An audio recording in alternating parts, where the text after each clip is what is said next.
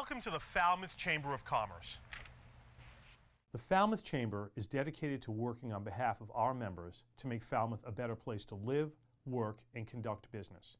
We are committed to developing the economic, cultural, educational, and civic interests of our community and welcome the support from all organizations to achieve our combined goals.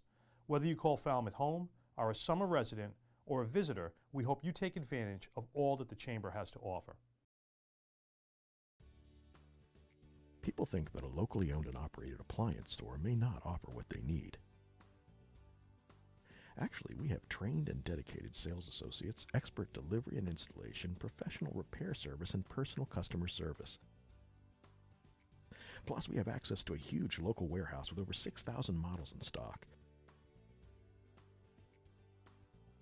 Crane Appliance. We call the Cape and Islands home. Carlson Printing for all your printing needs. 508-548-7303 or toll free at 1-800-696-7303.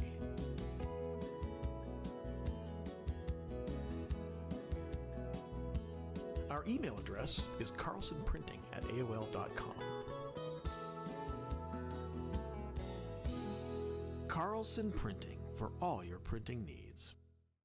Hosting services for fctv.org are provided by MegaNet Communications. MegaNet offers a wide array of internet services including Mega Backup Cloud Service, server co-location, T1, fiber, Metro Ethernet, as well as telephone services such as hosted PBX and digital voice. Their number one goal is to keep your communications network up and running and allow you to focus on growing your business. 877-634-2638 or meganet.net.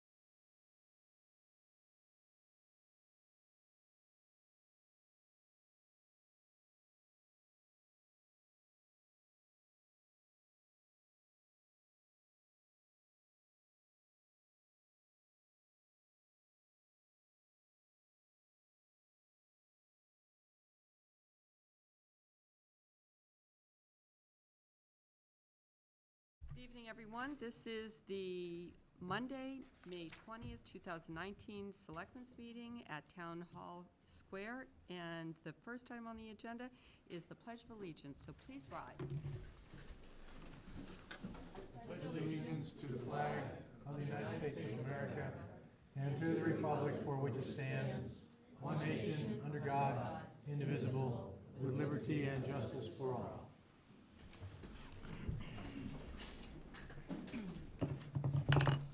First item on the agenda is a proclamation.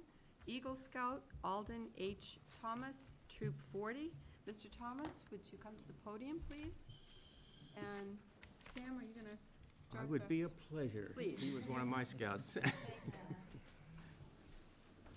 Oh, surely. Whereas Alden H. Thomas of Boy Scout Troop 40 has successfully completed the qualifications for the rank of Eagle Scout, a rigorous and demanding process that teaches patience, perseverance, and teamwork, and requires strong goal setting. And Alden H. Thomas met these challenges with aplomb and shall be recognized as an outstanding representative of his family, his troop, and Falmouth. And whereas the Boy Scouts of America, long acknowledged for building fine citizens, calls for a special court of honor to award its highest symbol of achievement to those who complete this rank. And Alden H. Thomas is now an Eagle Scout with all its rank and privilege. Now therefore, we, Susan L. Moran, Megan English Braga, Douglas H. Jones, Samuel H. Patterson, and Douglas C. Brown, as selectmen of the town of Falmouth, do hereby declare and proclaim Sunday, June the 2nd, as Alden H. Thomas Day throughout Falmouth. Second? All those in favor? Aye. Pretty spectacular. Tell us a little bit about your project. Yeah, so my project took place behind Aitcherwood Ryer, and it was to mainly restore and build and cut new trail to help complete a bigger loop. And so overall, I ended up cutting a new section out completely, like a new trail, and then part of a older trail I cleared back and connected that, and then over the new trail that I cut, I built with everyone else who helped. I built 118 feet of bog bridges, so if it were to rain, people would still be able to walk on the path and enjoy the nice swamp there, the cedar swamp, and there's some cool spots in there.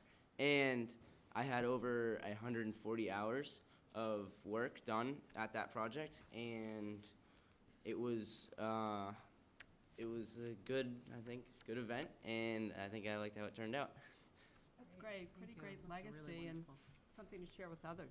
Sam? Well, Alden and I have shared a couple of 50-mile canoe trips, one in upstate New York and another one in the Penobscot River in Maine. So I've had a lot of time with Alden, and I can assure you he's a fine man of great character. And since that bog bridge is sort of in my backyard almost, I can tell you it really is a nice enhancement. And it's the completion of a plan that was actually established when Atria proposed to build that development as a 40B development and basically ceded the land to the town for conservation purposes in perpetuity. But that whole conservation walk around there, including a handicap accessibility portion, is really part of that original plan. So Alden, thanks for your contribution in making it happen. Thank you. I've used those little bog bridges too. They're pretty cool. Thanks. Thanks. Nice. Thank you very much. Thank you. Congrats, parents. The next item on the agenda is the Rotary Club of Falmouth's inaugural Kids' Day of Play for June 8, 2019. Is someone here from the Rotary? Welcome. Come right up, introduce yourself at the mic, please, and welcome. It's your thing. Go If you're speaking here today. I'm not prepared to speak today. I was just here for supporting our chairman of the committee.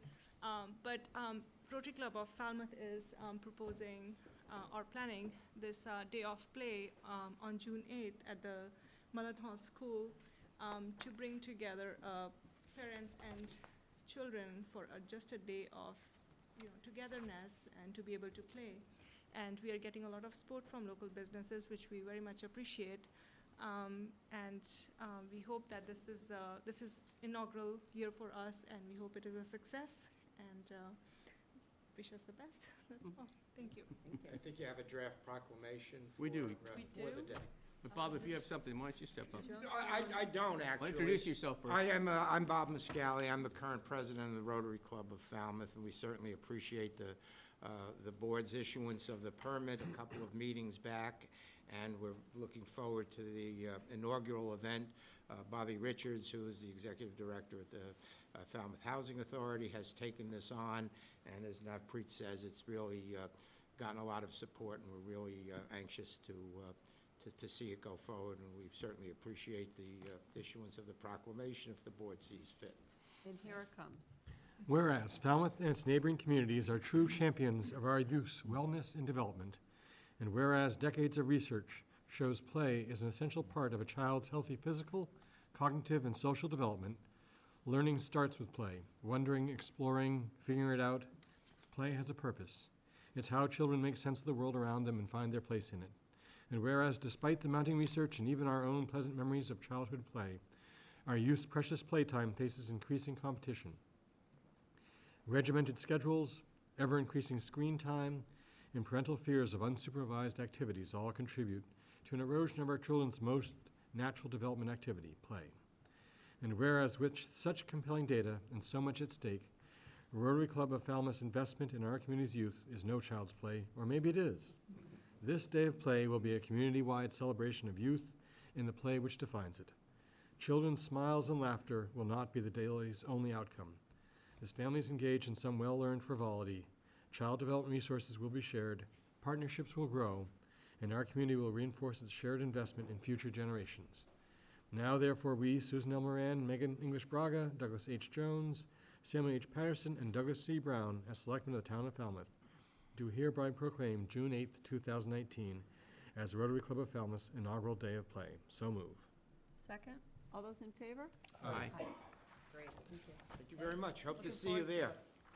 Sure. Can I just add, some detail? We have, I think, almost 40 different contributors to this that will be operating out of booths, mostly people who run shops in town, that will have free games and gifts and that for the families that come through with their children. It's a big deal. The carousel will be operating, and there will be free rides for children. So, and that's really backed by a donation from a private individual who's paying for basically the free rides.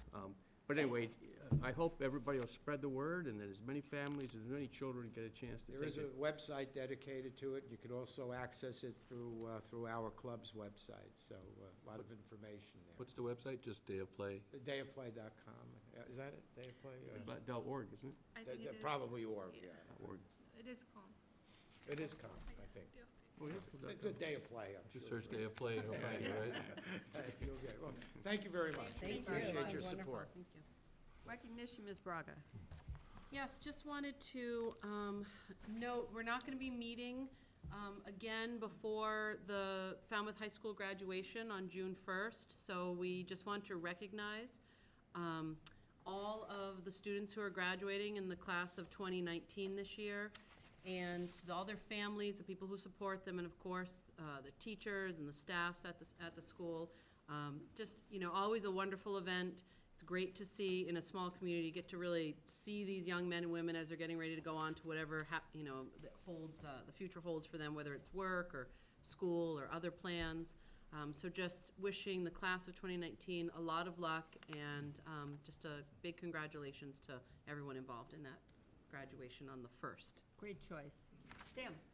Yeah, so just want to remind everybody that this coming Monday, the Memorial Day, we have the annual Falmouth Veterans Council and Department of Veteran Services for the town of Falmouth parade and ceremony on the library green. So it starts at 10 o'clock, and it's an annual occurrence. It's always well supported in this town, but we'd like to see even more people turn out. So please come and support all those people who have served us in military service at the green on Monday, Memorial Day, starting at 10 o'clock. Excellent. Any other announcements? Doug? Just remind everybody, tomorrow is Election Day, and also that we have a change of locale for the Precinct 2. We'll be voting at the Senior Center on Dillingham Avenue. And the polls open at 7 a.m. tomorrow and close at 8, and encourage you all to get out and vote. Great. Anything else?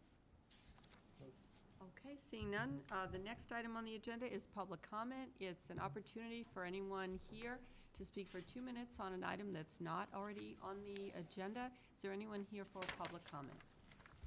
Okay, seeing none, we'll move on to the vote to affirm the appointment of the Communications Administrator and waiver of the residency requirement. Mr. Suso. Thank you, Madam Chair, members of the board.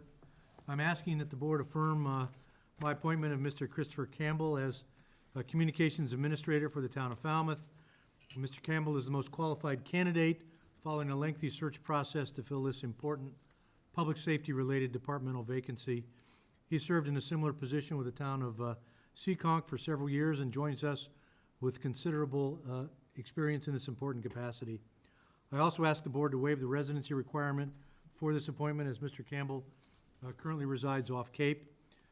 Mr. Campbell is in attendance with us this evening, and I would like to introduce him and provide for any comments or questions that the board may have. And with the affirmation of the board, he is scheduled to begin his position on or about June 24th.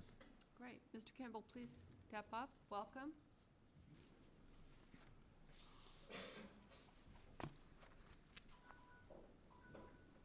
Good evening. Good evening. I'd like to thank Mr. Suso and the chiefs in the town of Falmouth. I'm looking forward to beginning a journey down here that I hope will prove to be exciting and challenging and bring my experience to the town's relatively new formed communications department. So I appreciate your support, and I'll be happy to answer any questions you might have.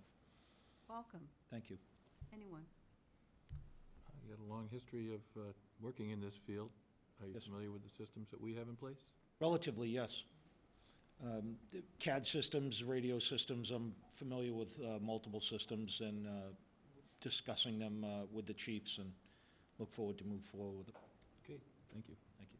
Appreciate that. Welcome. Nice to meet you. Thank you. And if we can do anything, you just let us know. Appreciate it. Thank you. Thank you. I would move to vote to affirm the appointment and to waive the residency requirement. However, I would like to add an encouragement to move to Falmouth and for the ease of your life and to be able to have a shorter commute than from Mansfield. But Second.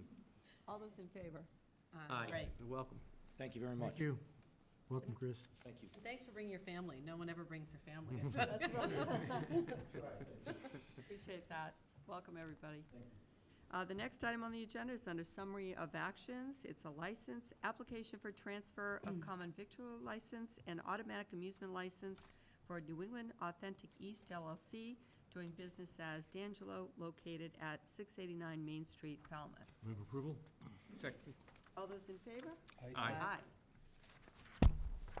Next item on the agenda is an application for a new secondhand dealer license for Old Nouveau, located at Home Again Consignment Shop, 94 East Falmouth Highway, East Falmouth. Is the applicant here? I have one question before we go Sure. on.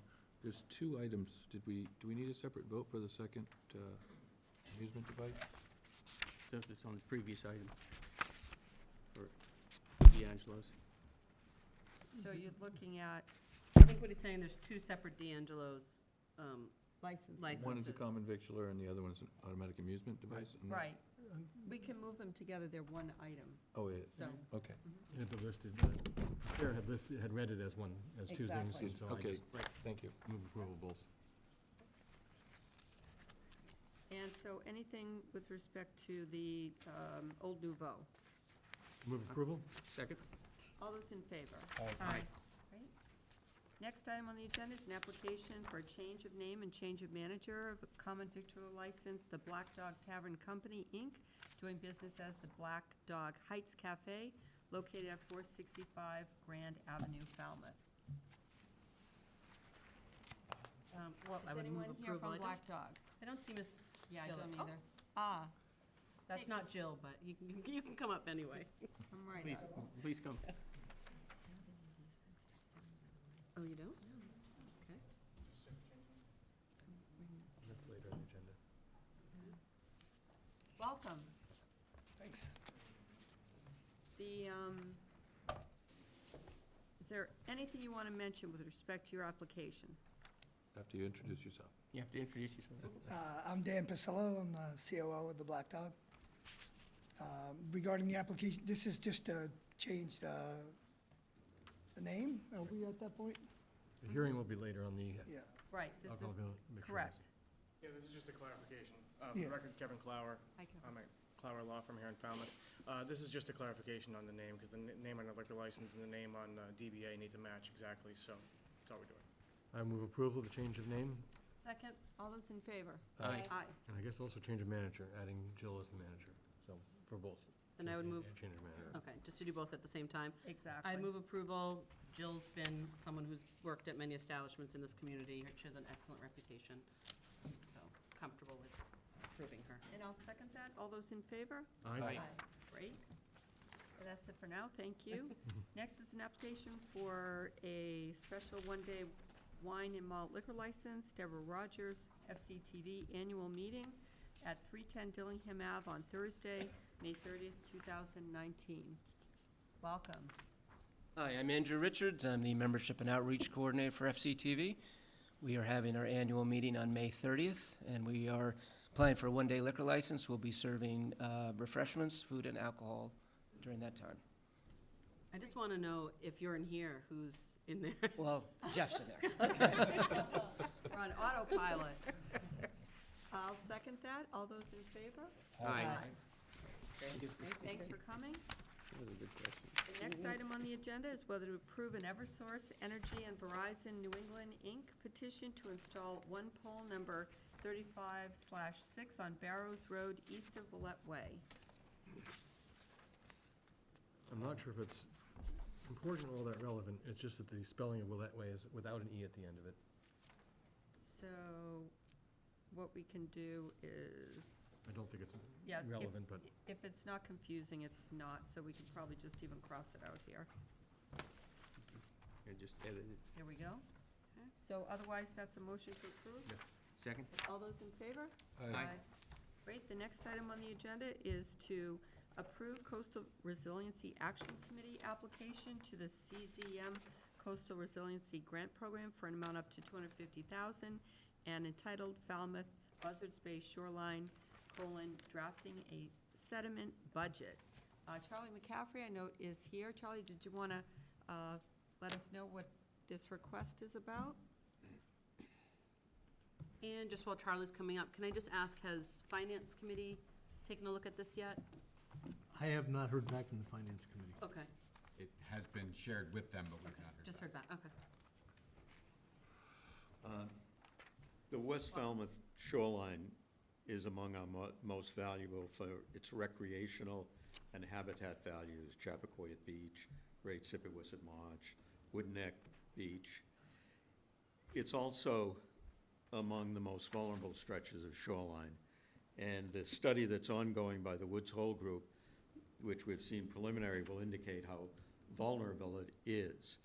And the area's been much studied, but we still don't know what to do to protect it.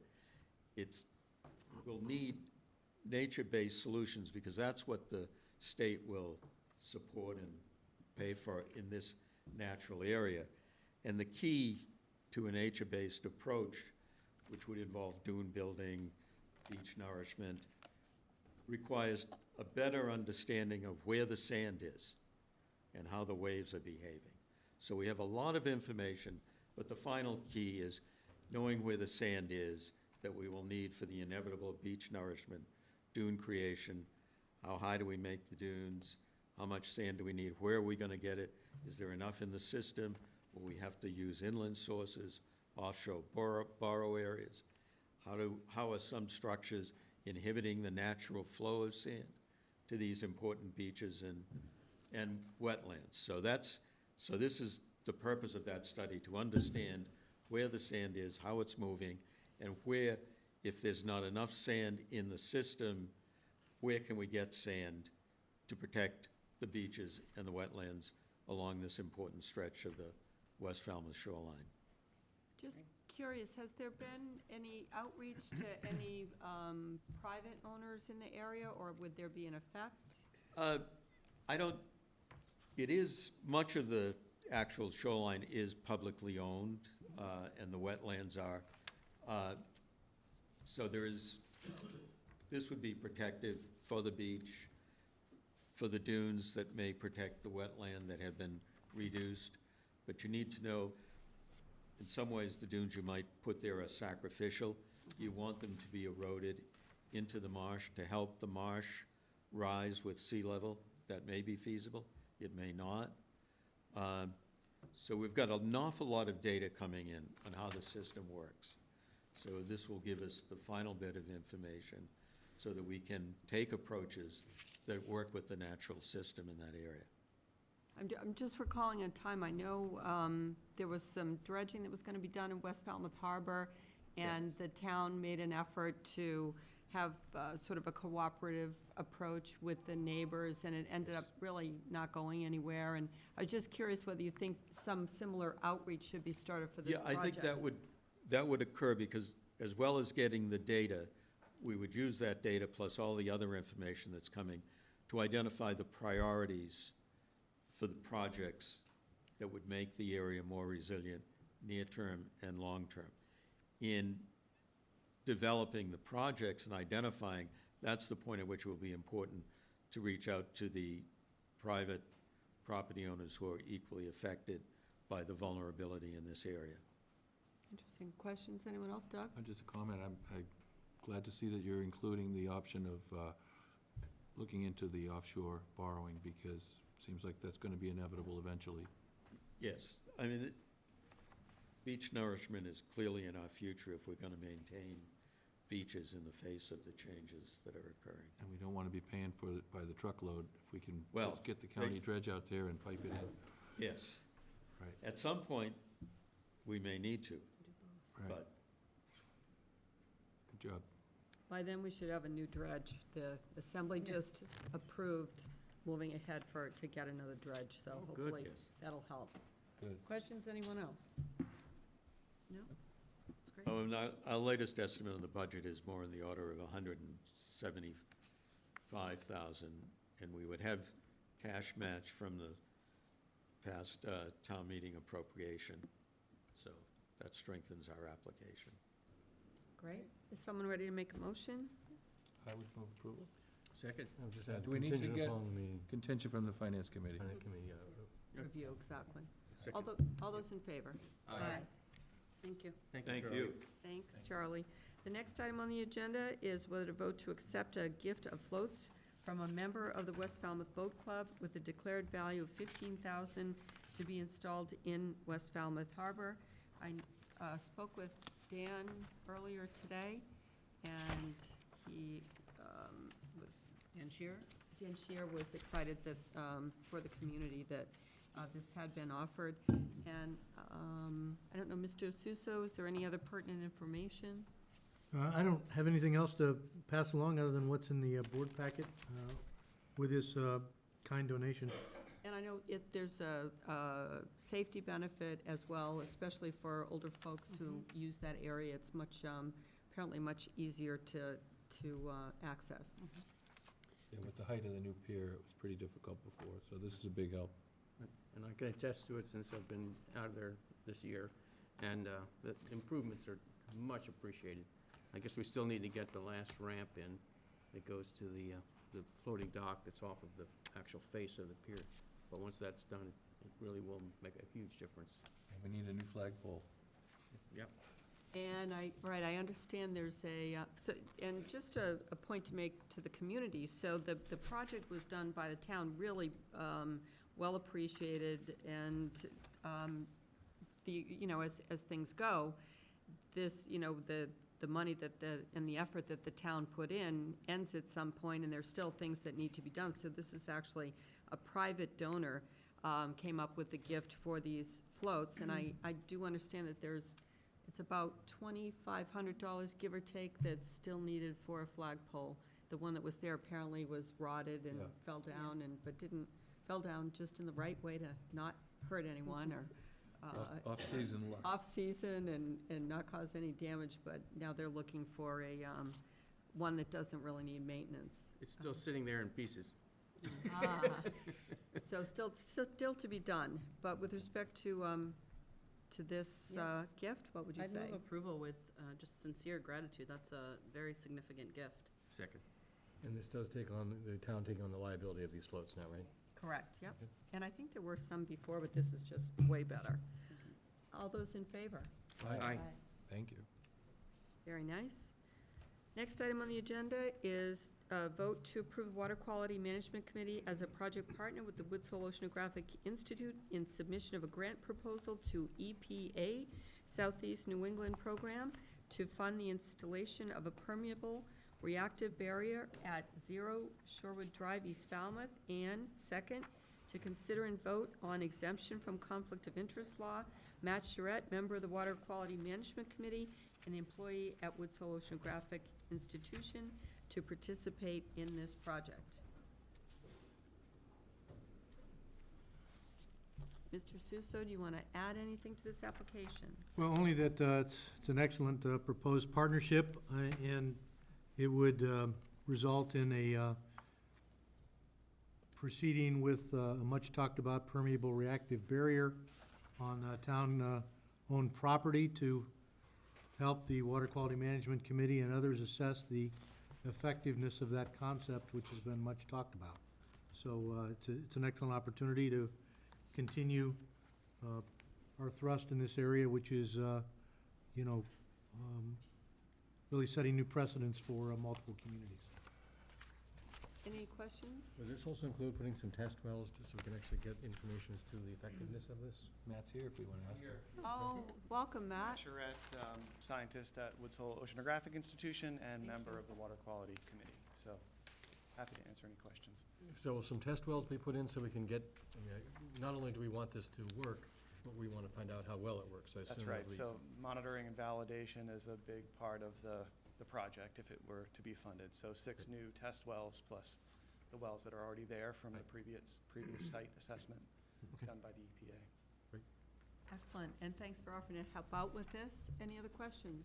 I'm just gonna have this, oh, sorry, just the same question, just for process, just to make sure that it goes to Finance Committee to weigh in on it. Certainly. And just to note, this grant application is due on May 31st. We need a few extra days for internal processing at the Oceanographic to get it passed through, so we need a town letter of support by next week, All early right. next week if possible. We'll ask the town manager to expedite that. If it's approved, is there a motion? I would move approval. Second. All those in favor? We do need those two separate things. One is The second one is the, right. So that would be on the approval of the installation. The second one is to vote the exemption from the conflict of interest law. Is there a motion? So moved. Second. All those in favor? Aye. Thank you for that. Thanks, everyone. Appreciate it. Next, we have whether to vote to approve an expenditure from the DNR donations account and the Shellfish donations account in the amount of $5,974 for the purchase of Shellfish upweller pumps. And Mr. Suso, I don't see anyone. Certainly.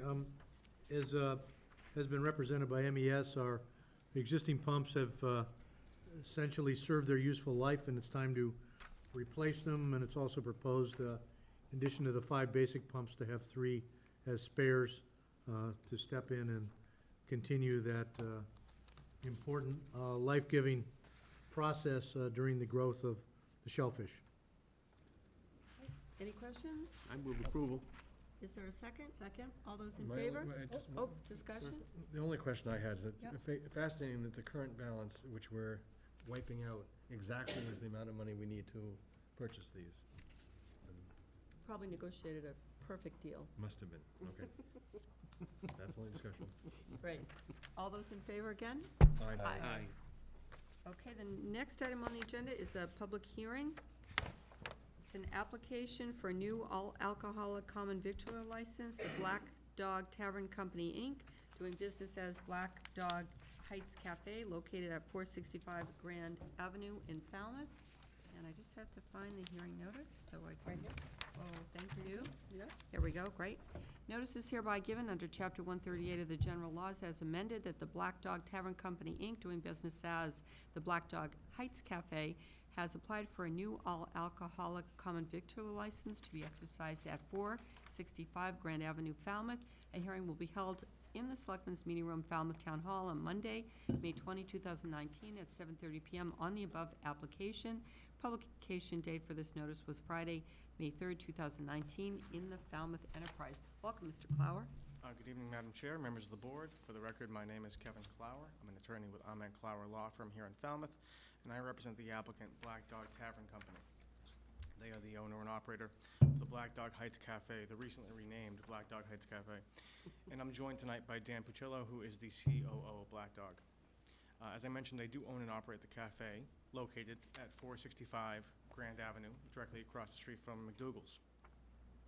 They opened up this spring after significant renovations to both the interior and the exterior of the building. And the result, I think, is a lovely building that offers food for both on and off premises consumption. It is, in my opinion, a welcome addition to the neighborhood, and they are seeking tonight an all-alcohol liquor license. This site is going to be managed by Jill Gillick, who Ms. Braga didn't mention is a well-known person in the restaurant industry in the area. She could not join us tonight. Her daughter is graduating from a nurse practitioner program, and she said she could stay if she really needed to, and I told her that she should go to her daughter's graduation. So Mr. Puccillo is here in her stead. Ms. Gillick does have significant experience with over 20 years managing in the area, and she is, of course, tip certified. The site is a relatively small site. The interior seats only about 14 people, and the exterior has comfortable seating for 35. The restaurant does not have a bar. Drinks and food are ordered at the food service counter and delivered to the seat. To be clear, what they're seeking is not to operate as a bar or a nightclub. They simply want a license so that customers may enjoy a beer, or wine, or cocktail with their food. This is a family-friendly destination, and as someone with 4 kids, I can tell you I often want to drink with my food when I have my family with me. They're offering a quick bite to eat. They're looking to give people an option for sandwiches or salads coming on or off the ferry or the beach. The liquor would not represent a significant portion of their revenue, but it's meant as an amenity to their customers. The hours, they do open up at 6 a.m., and they anticipate closing at about sundown because there's not much in the way of exterior illumination. And as I said, they're not looking to operate as a bar or nightclub. This cafe, I think, adds a new needed dimension to the Heights, and granting this license will allow that to continue and for them to become really part of the fabric of the area. I, along with Mr. Puccillo, would be glad to address any questions that the board might have at this time. Thank you. Questions, Doug? When you said Ms. Gillick has been a manager, particularly with liquor licensing Yep, managing? she has managed the Black Dog Tavern on the Vineyard for the last 7 years, and she was a manager at Liam's for 12 years Right, prior so to she's that. fully familiar with the Yes. responsibility she has as the Yes. manager on record for liquor licenses. Okay. Any other questions? I saw some letters of support from neighbors, and I didn't see any opposition. We did speak with a number of the neighbors who called after the notice went out and had, very nice conversations just about what it is that they're doing and looking to do now and moving forward. And there's no entertainment license for? Not at this point. Great. Is there a motion? Oh, wait, sorry, we've got to close the hearing if we're Okay, done. good then. Yep. Anybody here want to speak in favor of granting this license? Seeing none. Is there anyone here who would like to speak against the granting of this license? I move we close the hearing. Thank you. Second? All those in favor? Aye. I move approval of the awarding the new all-alcoholic common victual license to the Black Dog Tavern Company doing business as the Black Dog Heights Cafe. Second. All those in favor? Aye. Thank you very much. Great. Thank you. Thanks. Congratulations. The next item on the agenda is a dog hearing with Deborah Ewald, request appeal of decision of dog hearing officer, and it's continued from May 6, 2019. We had some added information. The owner has worked with the town, and Ms. Ewald, do you want to step up and forward your request? Welcome. I want to thank all of you for allowing us to go through this process. I really appreciate it. It really made a difference for us to have that expert come in and show us how precarious Kiwi's existence is and how not viable it would be for him to be in a shelter. And she also detailed many of the issues he has would be very difficult to manage even with a lot of medication and a vet behaviorist right there. So most of his issues have an anxiety component, and they all feed into one another. And we have also discovered that the broken teeth have to do with his biting the kennel, and that would just continue, and he would continue to damage his teeth. So it really isn't viable for him to be placed. So we have, let me just say, as a clinical manager, as a director of education, I've learned to make the complicated decisions. As a mother of special needs children, I've learned to be an advocate, and as both voices are speaking now, it is best that we continue with the euthanasia for Kiwi. As such, we have arranged with our vet to do this tomorrow. I really would like to not have him kind of be in his own little torture in that cage right now. I'd like to try and shorten that as much as we could possibly do. I also would like to request that we have him for an hour or two beforehand to say goodbye and to give him sort of a last meal, if that would be okay. Pardon me just for a second, I just quickly, I wanted to see if there is someone here from MES. Oh, sorry, thank you. And I, really want to, let you know that you've really been amazing in trying to problem solve, this situation, and, we certainly, I think everyone appreciates it can be very, very difficult. So you have the request for an hour for a meal, and that would, I assume, be at the kennel where he is right now with the town. Well, no, we had arranged with the vet, my personal vet, to take him there to have him, to have this done. So it would, so the request then would be to go from the kennel to the vet? Yes. And then Falmouth Animal Hospital. And then you'll make whatever arrangement with the vet for the meal? I already have made all those arrangements. Understand. Yes. Okay. For 1 o'clock tomorrow. And do you have any other requests? No, that would be great. Okay. If you wouldn't mind. Thank you. And would you, sorry, I don't know your name, come and introduce yourself and let us know whether you have a view on this request at the mic so folks at home can hear? Thank you. My name is Jenna Correa. I'm one of the animal control officers here. My concerns for the request for time earlier than his appointment would just be general safety concerns to make sure that the dog is handled and controlled and that he's safe as well as anybody else. I'm not sure what your plans were for his meal or what was going to go on prior to his vet appointment. All right, so I think I've tried to, pardon me, sir? We can't have an interruption, thank you.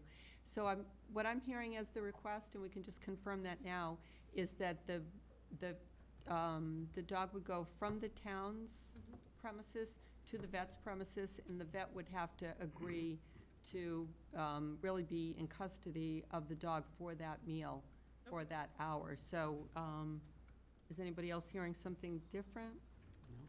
No, I Mr. can. Johnson-Staub? Yeah, thank you, Madam Chair. I can just confirm that I know there has been significant dialogue among our staff and Ms. Ewald, and it's been a very productive dialogue. I think there's perhaps this one detail that's yet to be worked out. The last communication I had from MES Director Greg Frazier was that there was an agreement that the transfer from the Falmouth Animal Hospital to the veterinarian's office would be supervised so that the town could just ensure that nothing goes amiss with the transfer. And I guess I would respectfully suggest perhaps that you consider allowing those parties to work out the details to the satisfaction of the MES director. That makes sense. Mr. Jones? I think the only thing we need to do is to move we are supporting the recommendation of the dog Yes. hearing. Yes. And then everything else is, and our only job is are we upholding what the hearing was decided? The details, I think I have complete faith that will be worked out to everyone's satisfaction. I agree. Is that a motion? Yes. I'll second that. Can I ask a question, Madam Chair? I'm not sure Please. you closed the hearing. I don't think We we did. continued That's it. a good point. Yeah. So I think you need to close the hearing first and then consider acting. Thank you. I'd move Quite that all we right. close the hearing. Second. Do we want to take, do we need to take any more testimony? I just wanted to check with the audience, just real quick, and then we can. Is there anyone here who would like to speak on this matter? Please, step right up and introduce yourself.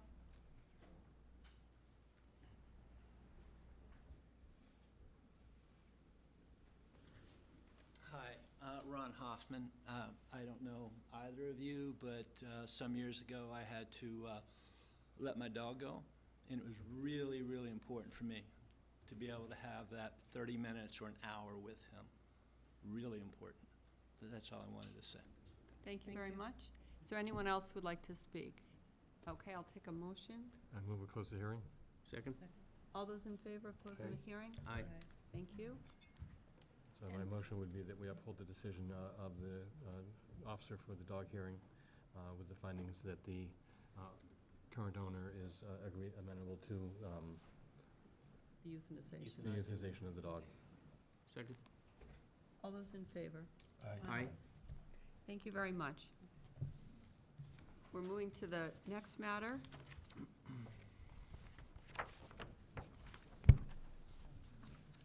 Is the Falmouth Litter Reduction Team here? Welcome. Now we're going to a more pleasant topic. Yes.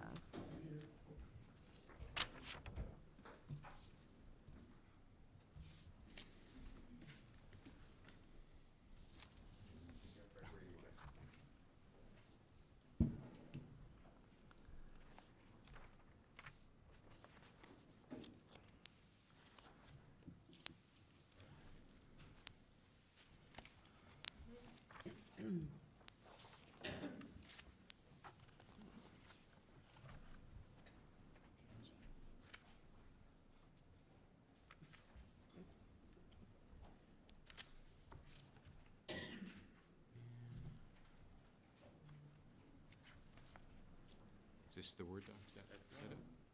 It's a computer. You're just using a computer. So this looks like it's a Word document, so page down, I guess?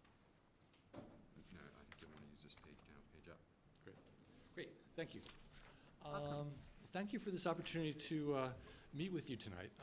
We introduced ourselves to you, I think it was back in January 12th, in the public comments section of that meeting. The Falmouth Litter Reduction Team came together. A group of us were talking back in the late fall, and how so many people say, and we said ourselves, boy, there's just so much litter in Falmouth, and there seems to be more and more litter in Falmouth, and people say it really diminishes, from the quality of life and what we feel about our town and what people who are driving through our town are thinking about our town. And we said, maybe we could do something about it.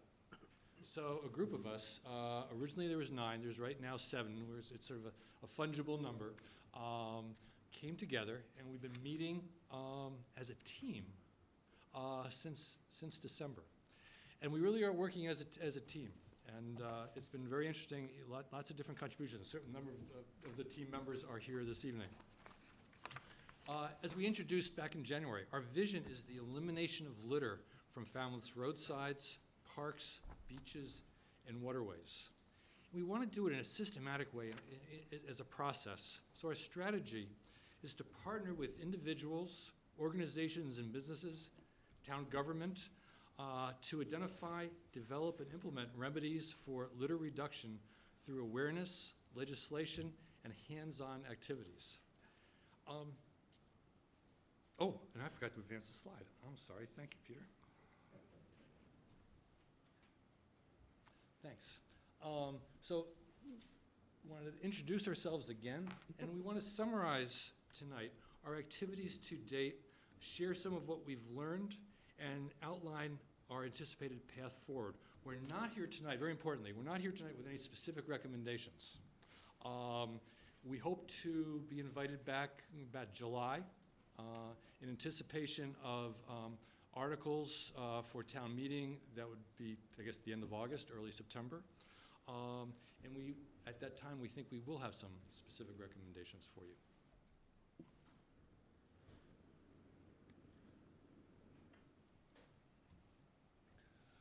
What we've been doing to date? Well, we've been meeting regularly 2 times a month or more since December.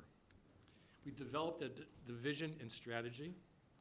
We've created an easy-to-follow roadside litter survey form, and we've really been concentrating right now on the roadsides. There's been lots of work done on our beaches, but no real characterization of the litter on our roadsides, at least that we're aware of. In our first phase of surveying, we have completed 19 surveys at 16 locations throughout town, and we're into a second phase of surveying. And we've been researching litter-related topics and issues. The Massachusetts legislation with regard to NIPS, which was again introduced in this year's legislature. The Chelsea NIP ban, the Nantucket plastic ban, the Maine NIP deposit program that went it was implemented this January. Other initiatives on the Cape, the Falmouth litter events, talked with MassDOT and also Barnstable County about their roadside litter cleanup programs. And then very recently, in the last couple of weeks, we hosted 3 focus groups. One was a focus group of Falmouth Village Association leaders, and the other was one from Falmouth High School, and the other from Falmouth Academy. And everyone who participated in these had something to say. Before I get into the findings, I just want to say that while we're not here making recommendations, we are very interested in your reaction to the information that we provide and your thoughts and suggestions on as we move forward towards town meeting in the fall. But we talked about those surveys, and we have 22 categories in the survey form, but putting 22 categories on a chart like this would make it really, really difficult to read and talk about. So we combined a number of them into 6 categories. That first and greatest one, the one that's 41%, is what we call food service items. And these are items, these are cups, these are candy bar wrappers, these are soda cans, these are pizza, the boxes for a slice of pizza to carry out and so forth. These are really carry-out items from convenience stores and takeout shops. NIPS, we've all seen NIPS wherever we go. 27% of the litter items we counted were NIPS. Residential trash and recyclables. We actually did see an amount of that, particularly when we did our surveys after windy days when there had been, we're in a neighborhood where it was collection day for recyclables. It's an issue that we'll be talking to the Solid Waste Advisory Committee and the DPW about how they can work together to address that particular issue. Other alcoholic beverages, beer cans and bottles and other drinks, other alcoholic drinks, 11%. Construction materials, we hear a lot about materials bouncing off of pickup trucks and delivery trucks and so forth, and there's no doubt we did find some of that. But it's actually, where we did our surveys, a very small amount. Now, we did not do our survey in the 60-mile-an-hour portion of Route 28. And it's very possible that there's more construction debris as the vehicles are moving at a higher speed. But we didn't see those to a great extent, actually a very small extent, along Falmouth's roads. So putting some of this together, in the surveys we did, those 19 surveys, we counted 2,062 items. And we counted relatively short stretches of roadside, but counted every item that we saw. 86% of what we picked up and counted came from convenience stores, takeout food establishments, and liquor stores. 14% came from curbside practices for trash and recycling, may have come off of trash and recycling trucks, although those ones that certainly serve my neighborhood seem to be very, very neat in how they operate. And contractor delivery trucks, 14% versus 86%. So we really are working to understand the nature of the litter, and putting it together where it might be coming from, because we need to understand both of those, as we start figuring out what can we do about it. As I said, 27% are NIPS. 41% as I said, were the commercial food service packaging. That's the wrappers, the paper bags, the cups, the soft drink and energy drink containers, and so forth. Note, we did not count cigarette butts. While there are a lot of nips, there's even more cigarette butts. There's just too many. I mean, it's horrible. Literally, there's too many to count. But those are coming. I guess some are coming from pedestrians, but a lot of them are going out the window. And when you think about how these things get to where they are, from the convenience stores, takeout shops, and liquor stores, I think we're talking about out the car window to the greatest extent.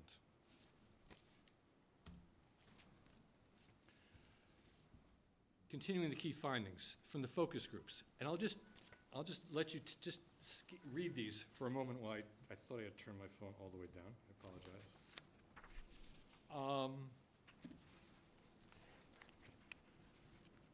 And let me just call out a couple. Litter along Woods Hole Road is a disgrace and an embarrassment. Every day I pick up dozens of nips along Central Avenue. We need to stop the littering from happening in the first place. We can do better. And that's what we're working with. That's what we're hearing. I think we all feel to agree this way. And that's what's driving us as we continue our process to work to understand. So where are we going from here? We want to continue the systematic strategy and process so that when we come to you, hopefully in July, with recommendations, we have a strong basis and understanding for what we're recommending. We have a series of meetings that either we've scheduled or we're working to schedule, and to meet, learn, and discuss. We want to get together with the DPW's roadway division and learn from them, because we know there are programs of litter management, and we also know that they see a great deal of litter, and I think there's a lot we can learn from them and get some suggestions. I want to meet with some of the town committees, certainly Solid Waste Advisory Committee and the Board of Health, Beach Committee. We've reached out to the Chamber of Commerce. We'd like to talk to retail store owners. We've actually talked to a couple retail store owners to understand the role of NIPS and other liquor sales in their businesses. But we'd like to do it with a group. And so we reached out to the Chamber of Commerce, and we're just waiting right now for a date to have that meeting. We think we can learn a lot. We want to continue to work with the village associations and any other interested groups and organizations and individuals. And related to that, we plan to convene a meeting on litter, open to all, probably in July. Because again, we want to hear from the community. We'll continue to monitor the Chelsea NIP ban, the Maine program, the Massachusetts legislation. And we'll also be reaching out to neighboring towns, because we know that the same concerns we have here in Falmouth are shared Cape-wide. And I think the more communities that act together, the more towns that act together, the more likely we'll be successful in this.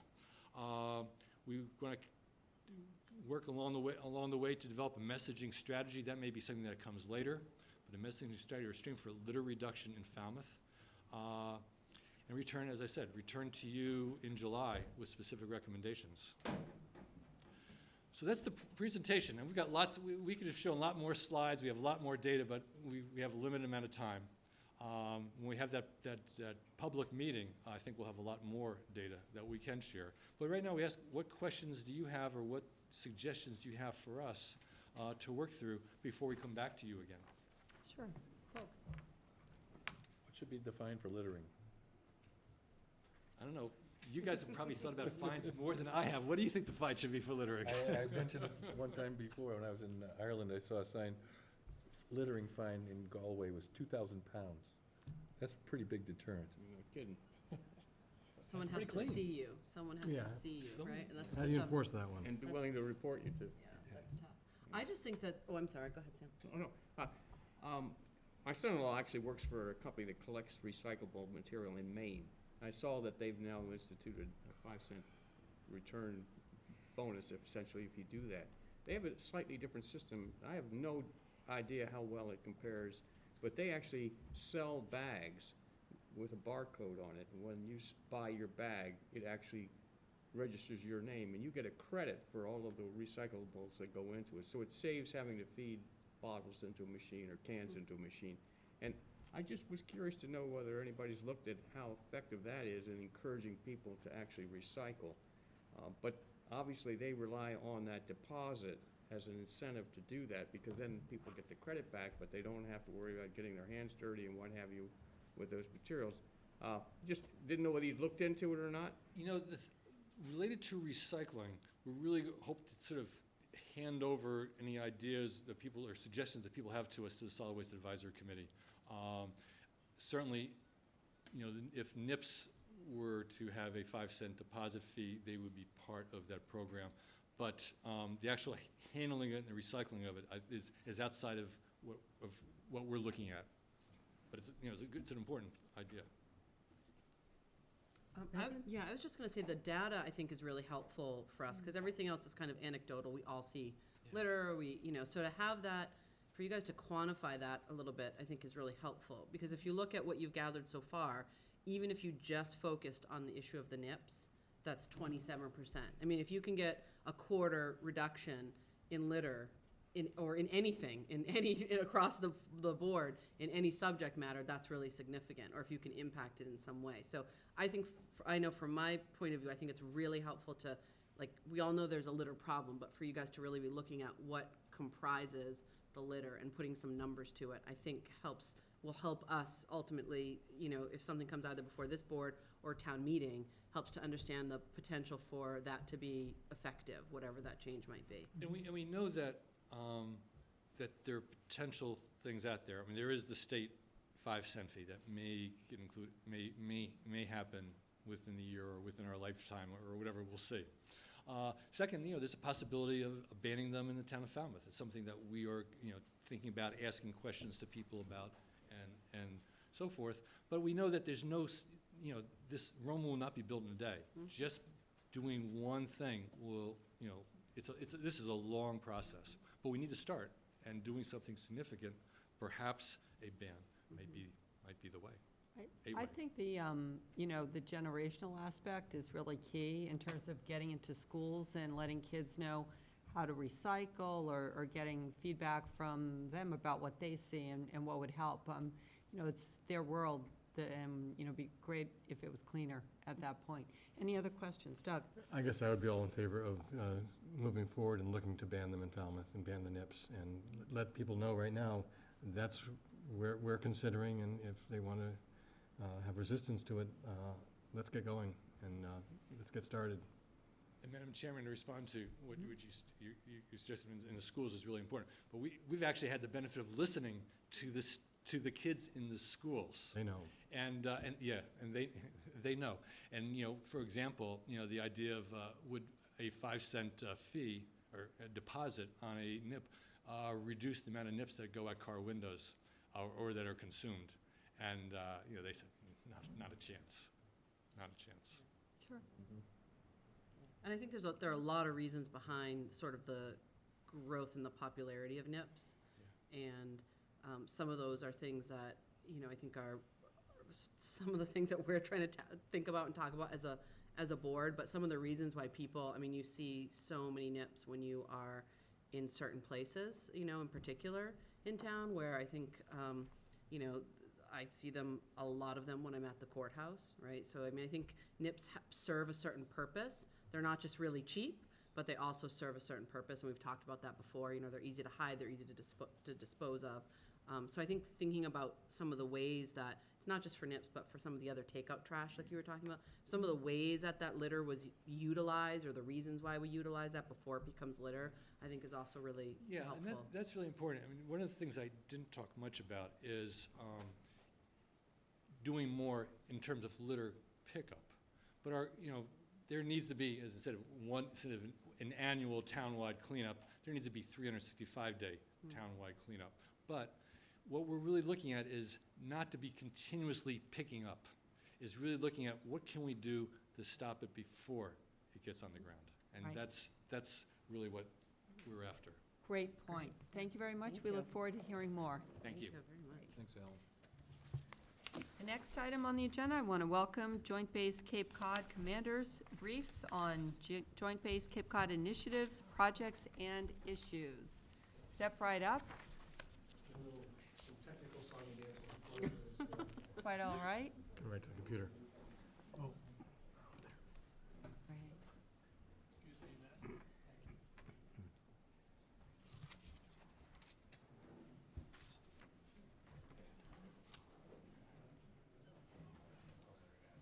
This is just a PC. So I think,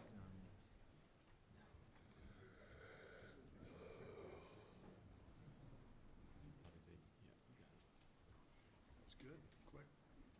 So I guess, all right. You want me to do it, or do you use this Yeah, PowerPoint? Or I you need that microphone? think I gotta sit in front of the microphone anyway, right, because they're taping this. Does this work? Yes. Yes. All right. Welcome. Thank you very much. Thanks for having us. Ladies and gentlemen of the board, thanks for having us. This is truly an honor. We get to come out once a year and talk to the communities who we believe are our greatest advocates as we move forward and try to do some really great things out there at Joint Base Cape Cod. My name is Chris Foe. I'm the Executive Director of Joint Base Cape Cod and the Assistant Adjutant General for the Air National Guard. Do I have to aim at any special place or just? Okay, so many Falmouth residents remember Otis, Camp Edwards, MMR. Well, now it's Joint Base Cape Cod, JBCC, and all these entities exist on Joint Base Cape Cod. It is a joint base by gubernatorial declaration, not by federal declaration. What that means to us is, when you see a federal joint base, those people have special money, joint money. They have a joint commander, one person who has authority over everybody. We don't have that. What we have is a group of people that rule by coalition, and it works out extremely well. We got a great group of people out there, and the commanders all get together. We have what we call the I don't know if that's, am I going to? Okay. The JOG, Joint Oversight Group, and we have invitees from most of the towns, if not all the towns, at the beginning session. Then we have an executive session to talk commander to commander, and we find a very effective way to communicate. It is where we first present our information to each other if we have something going forward, and then we'd go to another level, which like the MC Cubed, which is one of the meetings we have out there to discuss the cantonment area, which is our southern 5,000 acres. So just quickly, we split, you can see on this thing, cantonment area, northern 15,000. So what is this? This kind of gives you a little hodgepodge look at what we have out there. There's a lot of different entities, and these are only the major ones. There are numerous residents from different, USGS, USDA, that you won't see up on here. You can see, and I know they're going to give you the thing, the big blue dot on the top is PAPAWS. That's our active duty Air Force brothers and sisters. Orange is Coast Guard, green is Army Guard, and light blue is Air National Guard. And you'll see later in some slides, this is an ownership slide, but not a use slide. So right now, the Coast Guard, for example, are the permitted users of the airfield. All right. We wanted to update this. What you'll see is this is 2013 data, except for Joint Base Cape Cod. We were sick and tired of dealing with 2013 data. We wanted to give everybody an idea of what our economic impact is. And this time we included all of the entities, USGS, USDA, et cetera. And it upped it by almost $200 million a year. So we broke $500 million in economic impact. This is one of my favorites. Joint Base Cape Cod is by far the largest military facility in Massachusetts. As you can see, all of the others fit inside with plenty of room to spare. So when you ever hear these people talking about how big their base is, trust me, this is a 22,000 acre gem, and it is the largest military training area we have in the region. Okay.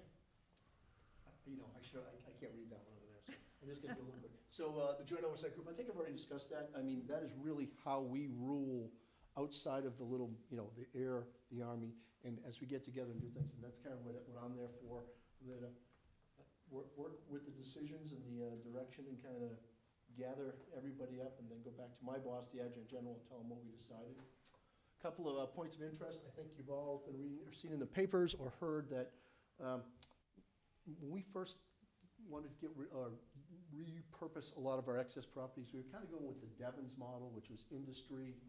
It really wasn't working. We kind of did a double take. And after sitting with the community partnership program that the Army had, that was a grant that the Army had won for some excellent work they had done, and we got to bring all these community leaders together. It was the police and fire chiefs that really kind of hit home, and the fact that they really don't have the training venues that they need to be top quality, I mean, to help us when we need them. So range time, just other type of training, and the same with the fire folks. So we brought that to the Adjutant General, and he agreed that we got to start aiming in that direction. So you've seen different efforts in the paper. The first police academy on the base will begin in July. We're in negotiations with Barnstable also for the fire academy. I assure you, we have every intent to ensure that it is the cleanest fire academy on the planet. That was well in the beginning of the discussions, you know, no foam, all the waters are either going to be contained or treated, and just propane, not any accelerants to get the fires going. So I just want to assure you up front, I've had several questions on that. That is our intent. We really would like to see the fire academy out there, because right now there is no fire academy available. I believe they shut their doors the other day. All right. I'm going to let Colonel Gaglio kind of roll in the utilities and land, because she's a little closer to that. Everybody, I'm sure, has also heard PFOS before, PFAS. If you have any questions, we do have the expertise, as Rose, the expertise here. But for the most part, I think we have given more than enough updates, and happy to do so. And that's another thing, if any of you feel the need, your organization or other organizations, come out and see what we're doing out there. Love to have you. We had the Bourne and the Falmouth newcomers come out and do a bus tour of the whole base. It was a great event. It seems like we used to do that a lot more, and we've kind of gotten away from it. And I think just showing people that, you know, there's nothing to hide, other than there are some top secret missions out there that I can't show. But there is, you know, what we do out there is what you do in your towns. So, future vision of JBCC, I think that's take the police and fire academy thing to the next level, and that's law enforcement, first responder, and military training. How to capitalize on the synergies of what they bring together, and hopefully make Joint Base Cape Cod the premier training facility for the Northeast. I will tell you, we've been, since the day that police academy was approved, the next day it was full. And I know that there's a lot of Cape and Island police chiefs that are very happy, because their folks are going to be saving a lot of money on per diem and travel by having their folks do their academy out of Joint Base Cape Cod. All right, so before I hand it over to Lieutenant Colonel Matt Porter to do the Camp Edwards portion, does anybody have any questions of me? That's good. Thank you. And I want to thank you all. This is the first town meeting that has not interrupted a Bruins game. We scheduled it that way. We try, I know, I Way in advance, we just I knew. appreciate you planning it that way for us. Thank you very much. Thank Thank you. Ladies and gentlemen, Welcome. thanks for having us. My name is Lieutenant Colonel Matthew Porter. I'm representing the Army and Colonel Keith, who is the commander of the Camp Edwards on the Joint Base. Could you swing that mic around, no, this one here, so that it's facing you? Because that's for our audience at home. Is that better? Okay. Great. So, Army National Guard, this is kind of how we are task organized. I know it can be a little bit confusing here, but important to note is we have quite a few different Army entities on Joint Base. So we have the 101st RTI, Aviation Battalion, 387 EOD, 179 Engineer Detachment, which is a firefighting detachment, as well as the 180th. Some engineer assets, some vertical, and some cyber battalion as well, which is currently located there. In the future, it may move up to Reading, but currently located at Joint Base Cape Cod. So Camp Edwards, we are primarily, as far as the Army is concerned, we are looking at, you know, brigade-sized entities that we're trying to train there. We can use cantonment area assets that we have, as well as the 15,000 Northern Training Area, which is really, for the Army, that's our center of, you know, of gravity. That's what we really need, is that 15,000 acres. But like I said, we can take and leverage some of the stuff that we have in cantonment, and we can, you know, integrate into a live, virtual, and constructive training environment. That's really what our mission is and what we're trying to achieve. We have a Mission Command Simulation Center, which we are currently actually looking to improve and expand.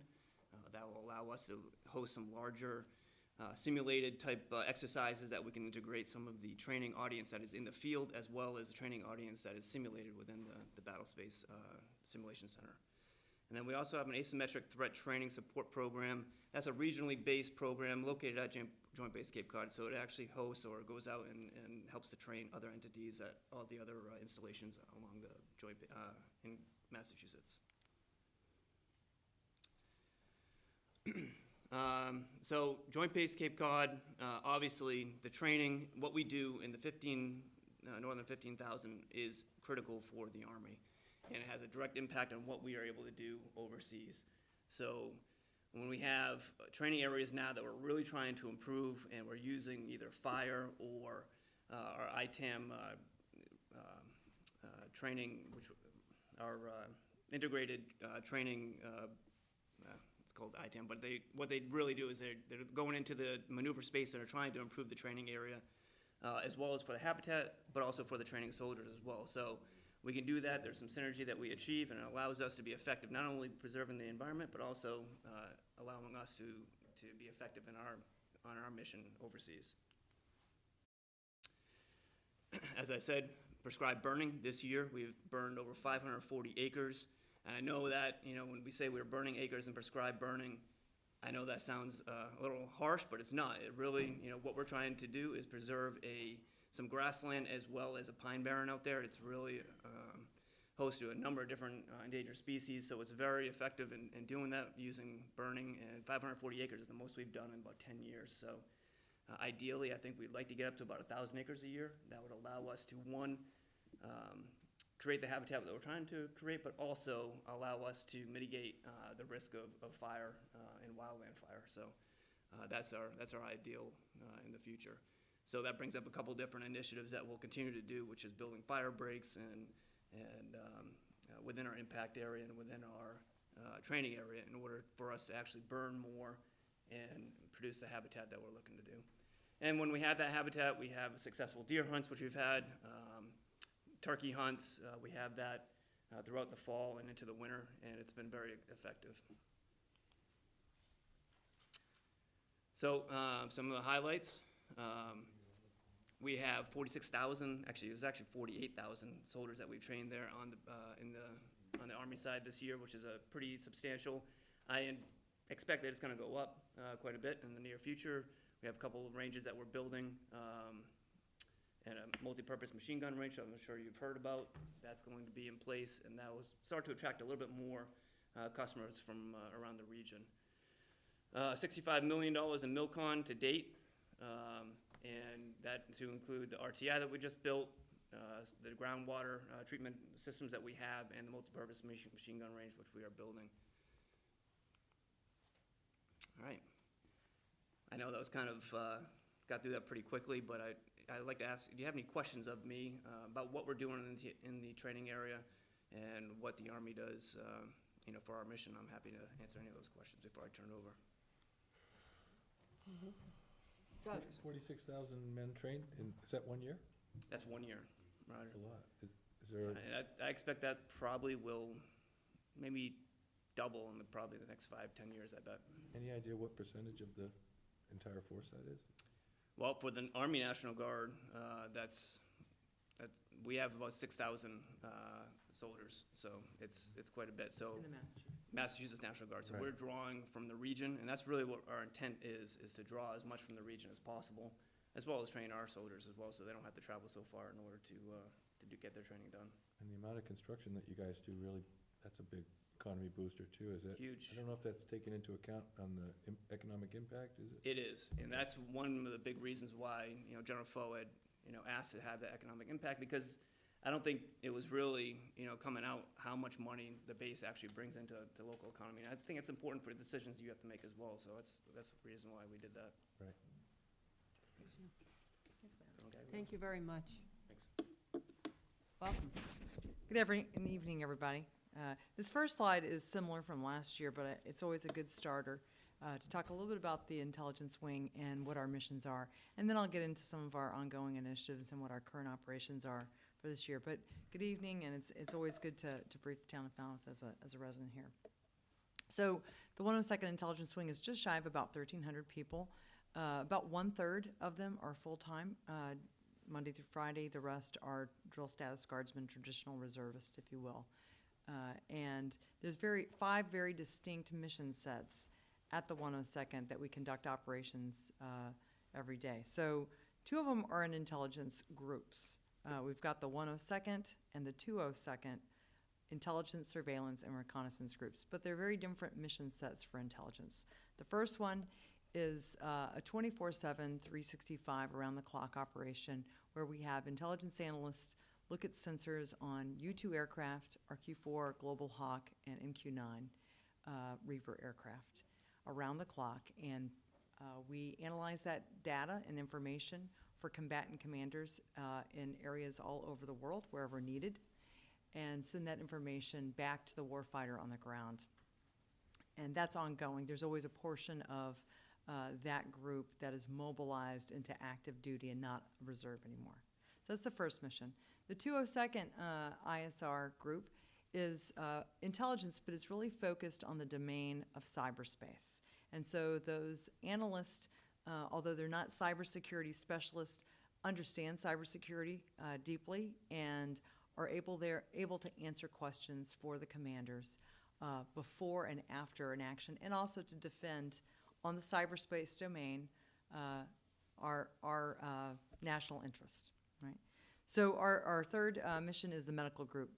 In addition to taking care of the 1,200 plus people on the base, they also have a FEMA Region 1 mission. So they're part of a homeland response team that if there were a chemical, biological, or radiological type event here in the Northeast, they would respond as the medical unit to help treat casualties and do the decon and search and rescue. And they go around regularly and do exercises with the Army and FEMA to be ready to go within 6 hours of any kind of event. Our mission support group, that security defender that you see in that picture, kind of represents the DPW and all the other cats and dogs, if you will, that takes care of the base and the running of the base. You've got personnelists, you've got civil engineers, you've got security forces, people who take care of the vehicles. Those are the people in civil engineers that run the utilities on the base. And then finally, our last mission set, the 253 Cyberspace Engineering Group. That's a highly deployable unit, and those are mostly cyber professionals, but they have a very different skill set. They deploy overseas or domestically here, CONUS, United States, and they run the fiber optic cable for command and control, communications, intelligence assets, and air traffic control and landing systems. So they go in and they do the fiber optic runs, and they work with the electric high voltage people, and they set up a base for long-term permanent use. So those are the various mission sets that we conduct there on the base. Going into what our operations are currently for the base, we've got a number of our support people that are mobilized and downrange overseas doing in security forces, our civil engineers and cyberspace engineers, and some of the other support squadron members. And they'll be back this summer and then late in the fall. While we're doing that, we've also, like I said, we always have a group of our intelligence analysts mobilized in place doing that reach back mission near real time for our commanders wherever there might be tensions around the world.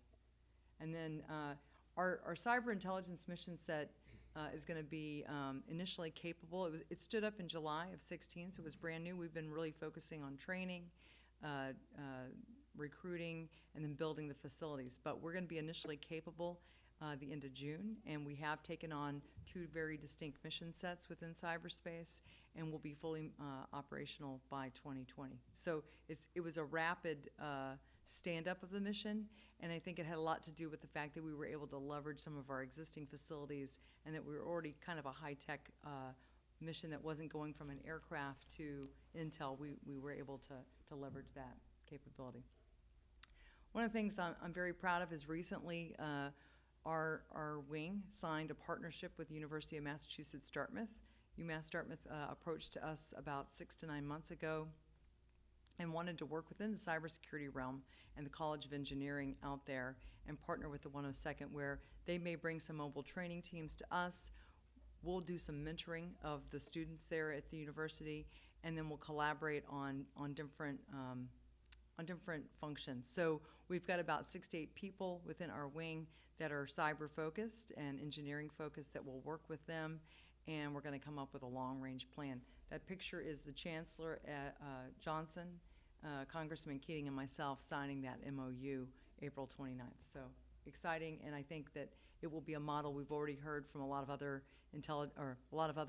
wings within the Air National Guard and Air Force that would like to replicate that with universities around the country. And finally, for operations, as guardsmen, we not only raise our right hand for a federal oath, we also raise our right hand for an oath to the governor. So we're always involved in domestic operations. Some of the standard ones we've done, like the Boston Marathon and Esplanade, we continue to support those every year. But in addition, we were mobilized for the response to the gas explosions in the Merrimack Valley in the fall. And we conducted with the Army a rather large FEMA exercise called Vigilant Guard. It's a national exercise through Northern Command that was bigger than most Vigilant Guards, and it really stressed the system. We had multiple locations at Patriot Place, out in Western Mass, Massport, and we were a part of that, and it was very interesting. Moving on to initiatives in the realm of mostly in what we want to do, not what we're actually doing. So we continue to try to divest land that's on our property books that we no longer need as an intelligence wing, like the runway and some other pieces in the cantonment area that General Foe talked about. We were successful in transferring about 150 acres in the middle of the cantonment area that is right now is grassland for the most part, and 6 acres that is the fire station resides on. And we've sent that back to the Commonwealth, and it is sitting within EOPS waiting for the governor's signature, and that will officially become Massachusetts land again. So the Air Force will have removed themselves from the lease, and the Air National Guard the license, and that will go back. And it potentially could be used for the sheriff to expand E911 operations out there because it's Commonwealth land now.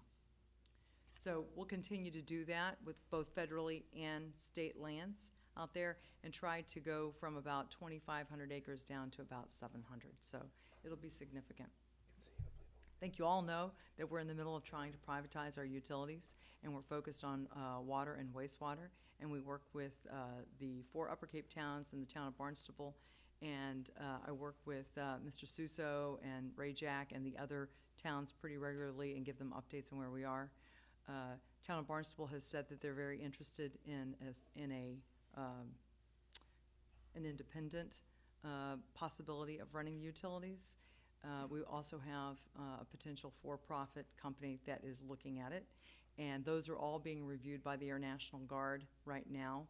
And if those don't work out, we'll continue to work with the 4 Upper Cape towns. But I think we've laid some extensive groundwork long-term, and I am hopeful that in the next year I'll be talking about what we're doing, not what we hope to do. Intergovernmental support agreements and Connery Avenue repavement is really in the art of I want to do this. So as we draw down our civil engineers' full-time employees, I'd really like to try to leverage some new legislation that's come out in the last 5 years where you can work with towns for intergovernmental support agreements, or IGSAs as they call them. I was up at Fort Devens about a month ago with the town manager from Sandwich, and we were learning about IGSAs, and found out that it's about 80%, it's about a 20% savings to contract work. And basically you're working with like a town like a Falmouth DPW, leveraging their contracting, adding on to it. So I'm gonna be looking at opportunities for any number of support activities that I could use IGSAs with the towns, and I'm interested in anything you may have to ask or add to that. And Connery Ave, it's the main thoroughfare for the organization. We have been unsuccessful in the last couple of years because the 102nd really doesn't need it to access the installation. We go through Falmouth. But I've worked out a possibility with them at the end of this year to receive funding to get that taken care of, and I'm hopeful by the end of this year, it'll be a repaved thoroughfare. Our microgrid, we did declare initially capable microgrid for the 102nd. That picture on the bottom is the ribbon cutting for that event. That took one of the wind turbines on the base, connected it with some other infrastructure. We received a grant of $6 million from the DoD to build this, so it gives not only energy security, but energy resilience for that intelligence mission that's 24/7 that I talked about. And then finally, we've been doing some historical refurbishment of old aircraft that are out there that were from the 50s and 60s. And that aircraft right there is the F-86, and it is sitting outside our headquarters right now. That'll be named, and the invitations are going out this week, I'm assured. But we found out through history records that one of the pilots that flew it went on to be a NASA astronaut and was the Apollo 9 lunar module pilot. And so he is still alive and very involved in the space community. And so we've invited him out, and we'll be naming the aircraft in his honor, and he'll be out here on Saturday, June 8th for that event. So we'll be sending out invitations to everybody. And then the OCAC, the Otis Civilian Advisory Council, every year does a very nice Memorial Day ceremony at Otis Memorial Park on Joint Base Cape Cod. And it's really mostly markers that memorialize deaths due to aviation. So that lady up in the top-hand corner is a woman named Frances Grimes. She was a WASP, a Woman Auxiliary Service Pilot in World War II. A little piece of unknown history that most of us have forgotten from World War II. The WASP were not military members. They were federal servants, and it was Jimmy Carter in the 70s that gave them veteran status. So we're taking that piece of history and we're memorializing. She died in a plane crash out at Otis, and she's going to be kind of the star of the show for that Memorial Day event, and just keeping that history alive. So that ends my update for the 102nd. Before we move over to Pave Pause, are there any specific questions for me? Doug? Can you tell us the name of that astronaut? Yeah, Rusty Schweikert. Oh, thank you. Yeah, Rusty Schweikert. Yeah, and so he just had, so we worked with him, and he is doing an event out on Long Island on the 7th, and another event in Wisconsin on the 9th. And so we worked it out, and him and his wife, who are both really still very active in the space community, are gonna come out and be there for the event. So we will send you invitations, and it should be an interesting time. Nice. Yeah, and he'll be speaking at that. Sam? Is there any chance you could coach the Coast Guard on how to divest Knobska Light to the town so that we actually could take ownership of it? I don't know that they want my tutoring on that. I haven't been all that successful in getting it done very quickly, so if anything, they probably could do it quicker than me. It seems like a never land. That's. I'll tell you, so divesting land, we have to go through the Air Force Civil Engineering Center in San Antonio. It is like moving mountains. And so if you just have gotten that 150 acres and 6 acres off our books, which still is waiting for the governor's signature, so it's not complete until he signs it, it is extremely time consuming. So I don't think they want their tutoring. But I like the idea. I think it's a good idea. Any other questions? Just a curious question. Sure. I know you guys are very active with wind turbines. Do you also have solar panel fields out there? So that's kind of a sore subject for me. Okay. So we were supposed to have about a 10 megawatt. We were supposed to have a really large solar field on our capped landfill that was going to provide basically solar energy for the entire base and could have been tied into a microgrid long term. It was worked through the Defense Logistics Agency in 2012, and that was back when energy resiliency wasn't as big a deal as it is now for the DoD. They were just looking for clean energy. Right. It took so long to get that 150 acres for the grassland with, for mitigation of the birdland, the birds, that we ended up losing the opportunity for the solar field. So we could rebid it and go through about a 2 or 3 year process to get that solar field back up, but it would have to have an energy component to it. So we stopped what we were doing, we moved on. But yeah, there's a lot of bases that have solar fields, and I think depending on the credits, the cap landfill is probably the best place to do it because it's not going to be reusable land for anything else. So I think in Massachusetts as well, that they're not just looking at where to put a solar field, but where to put one smartly. And a cap landfill would be a really smart place. Very good. Thank you All very right. much. Really appreciate it. I'll let Pave pause. Welcome. Good evening, ladies and gentlemen. I'm James Roberts, and as the general mentioned, I am responsible for that little tiny bullseye at the top of the map. And I only have 2 slides because we have a very small slides. So we are America's only East Coast facing radar. There are 7 of us scattered around the globe, most of them around the continental United States. But we do provide, first and foremost, a missile warning mission here to let government leaders know if any inbound ballistic missiles are coming. Fortunately, I don't do that day to day. What we do day to day is we actually track satellites because we don't have bad guys lobbing missiles into our country. So 99% of the time, we are tracking pretty much anything that flies over, to include the International Space Station, which you see pictured right here on the left center. We do track some launches, like out of Cape Canaveral, when we're launching things to ISS, or out of Wallis Island every now and then they do a sounding rocket. But most of the time, we're tracking, that's not 3 million satellites, just to be confused, that's 3 million passes. So the ISS passes many times a day, add them up, 3 million a year. We do have 135 people that comprise 85 military and government civilian, and about 45 contractors that run our mission up there. So I am by far the smallest entity on Joint Base Cape Cod. And I'm the only one that has a headquarters thousands of miles away. So I rely on all the people in this room and the local towns, and also the folks here in JBCC to provide support. And then I reach back to headquarters in Colorado to get my marching orders.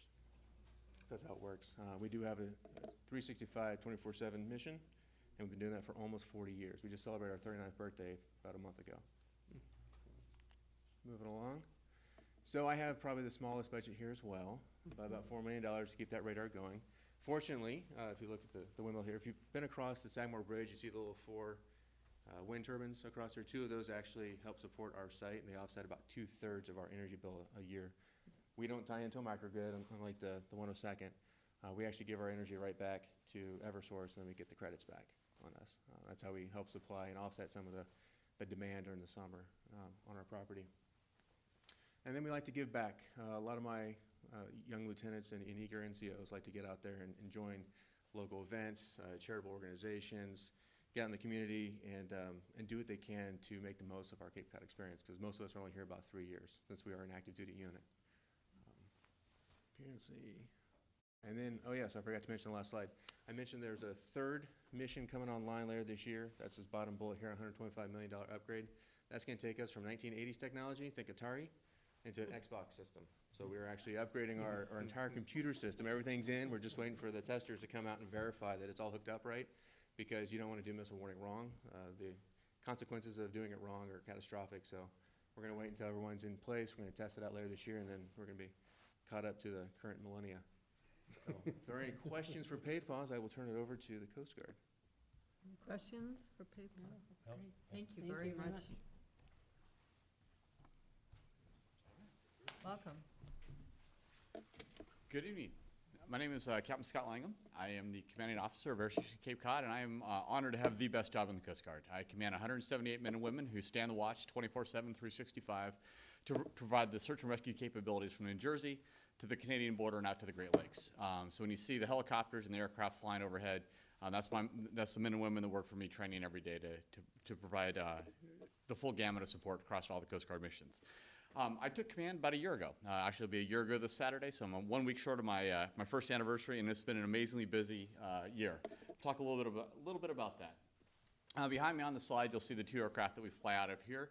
You'll notice, if you've seen them, we have one that's actually painted yellow, and that was to commemorate the centennial of Coast Guard aviation. And about 3 weeks ago, we received blue aircraft is also a Centennial paint job. So we're not getting more aircraft, just different paint jobs, same total numbers.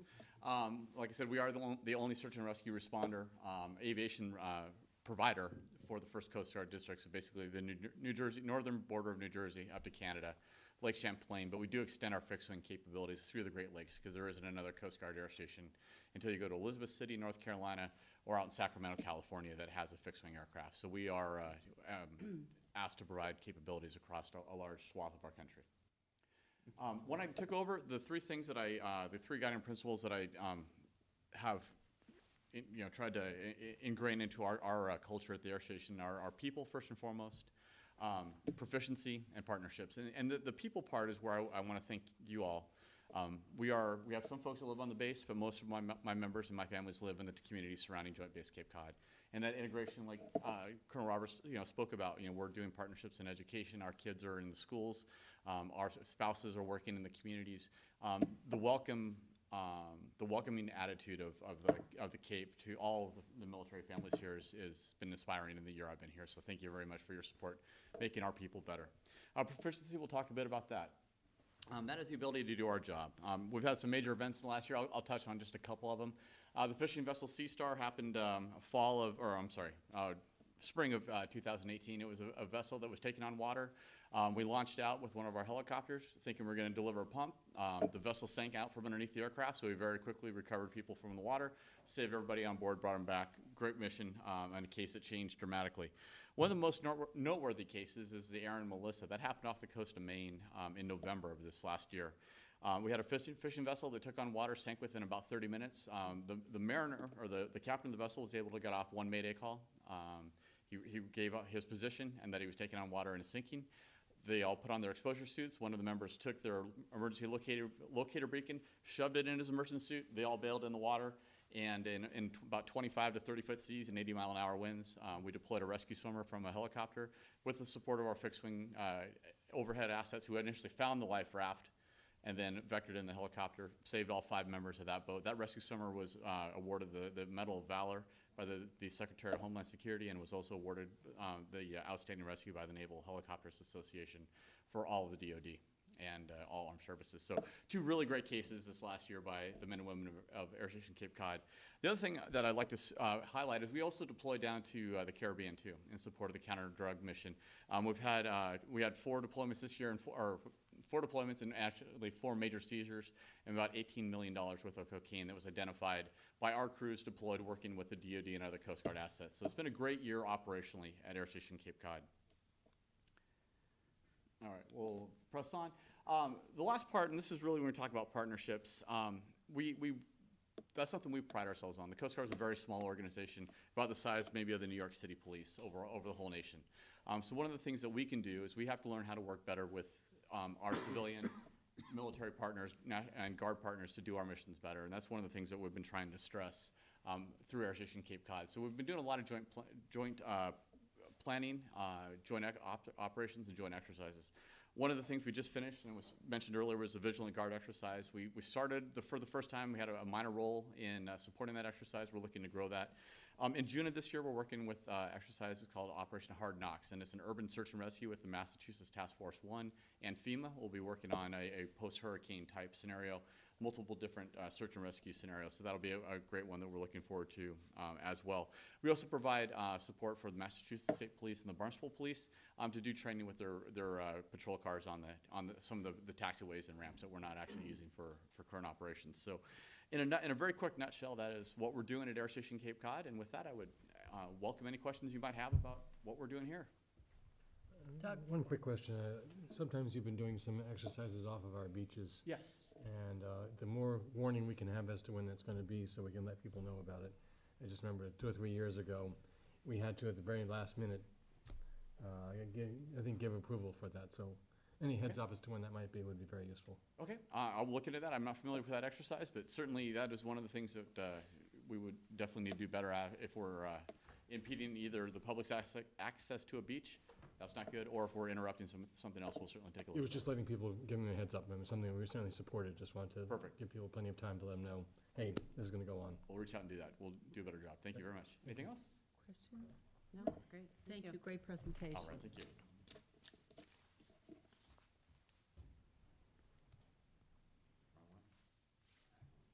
I just fly them. I don't.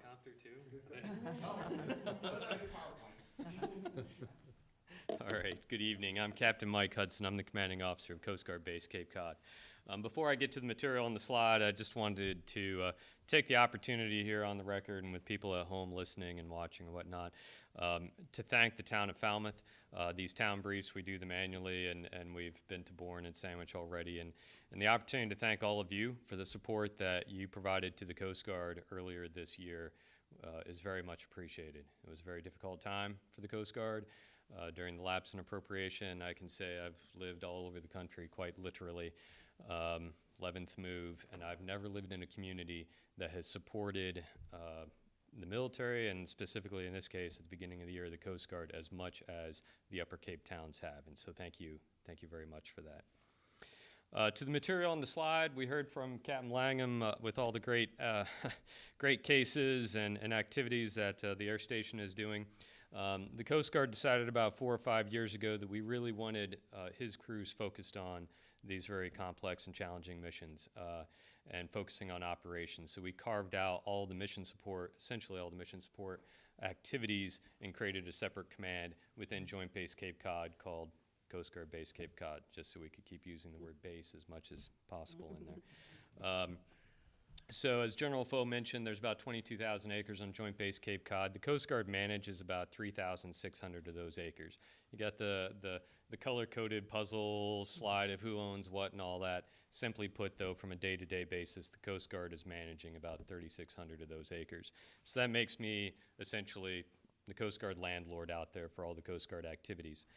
I do that with a crew of about 230 or so people, active duty and civilian. And the other tenants that are on the base, in addition to the air station, we have Marine Safety and Security Team Cape Cod, which moved down from Boston just about a year ago, last June. Port Security Unit 301, which is mostly a reserve unit, and they are currently deployed down to Guantanamo Bay in support of the Joint Task Force down there. And then some of the other smaller units, the Northeast Regional Fish Training Center and the Range and the Safety Detachment. In addition to the support that I provide inside the fence line, I'm also tasked with providing regional level support to Sector Southeastern New England, which is headquartered in Woods Hole, and they have small boat stations from Point Judith, Rhode Island, out to Station Provincetown, and then on the Vineyard and Nantucket. So we provide some regional support activities for them as well. And then, as Colonel Roberts said, he's a bit isolated from his wing, and so we provide housing for his crew, medical services, and a few other things.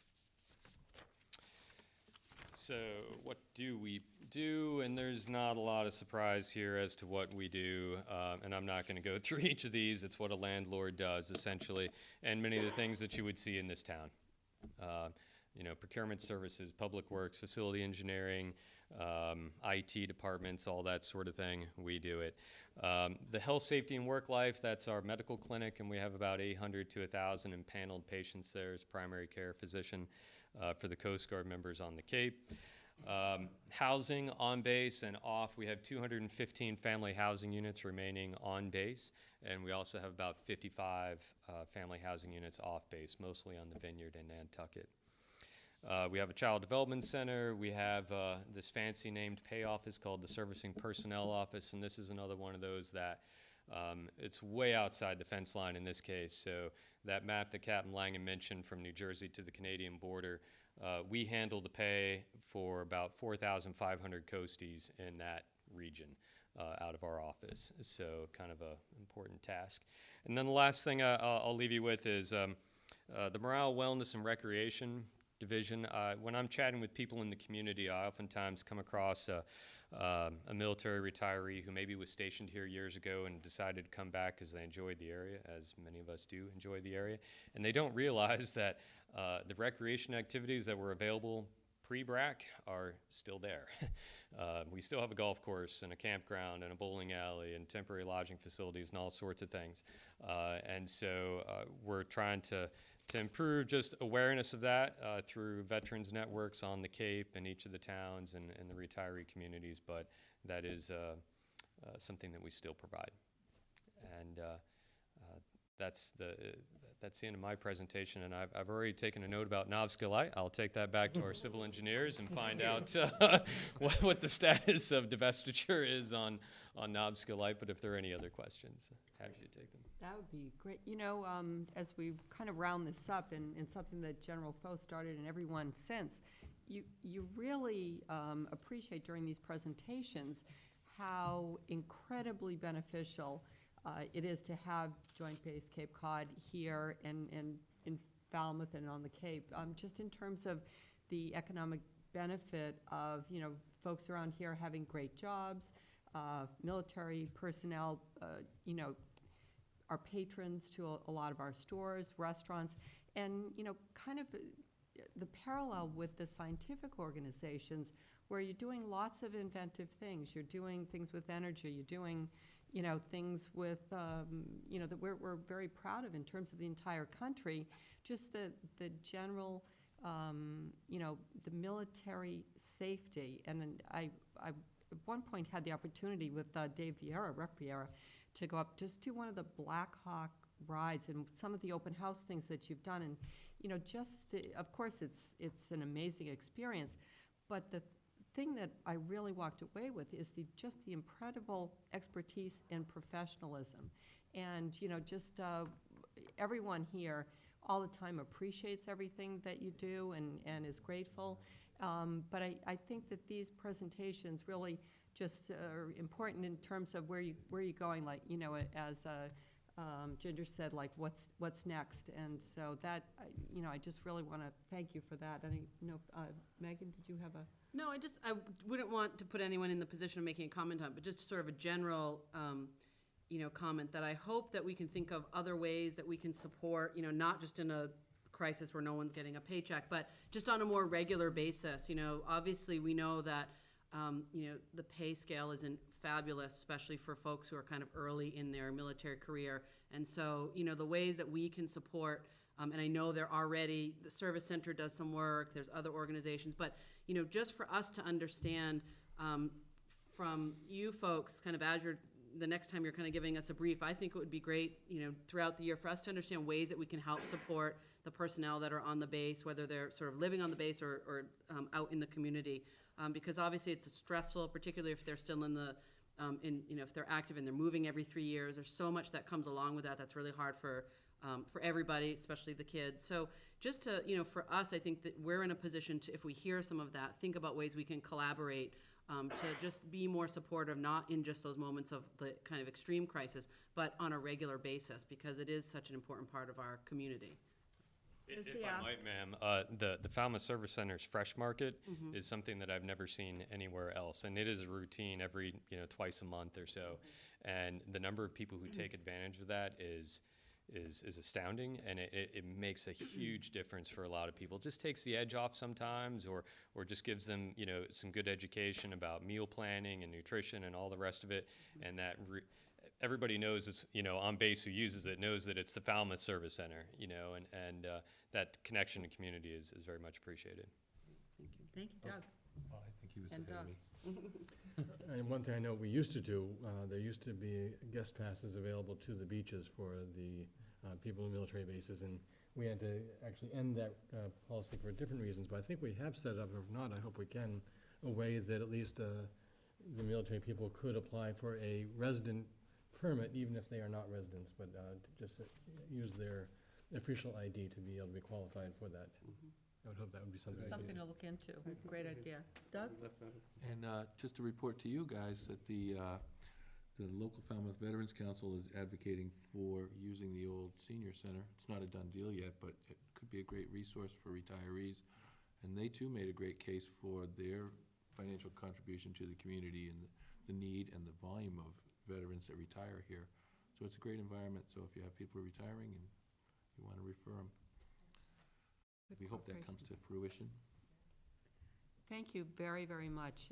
Really appreciate it. Already looking Madam forward Chair? to next year. Oh, Can I ask please. one question? I know at Rose, I know as a staff resource from Joint Base Cape Cod, General Foe referred to potentially some information on PFAS and some maybe water-related issues. I don't know whether if the board would be I w- willing, we might get a little update on. Yeah, I was mindful that of the status. time, but since you came, if you'd give us a couple minutes to update, I know a lot of folks are concerned.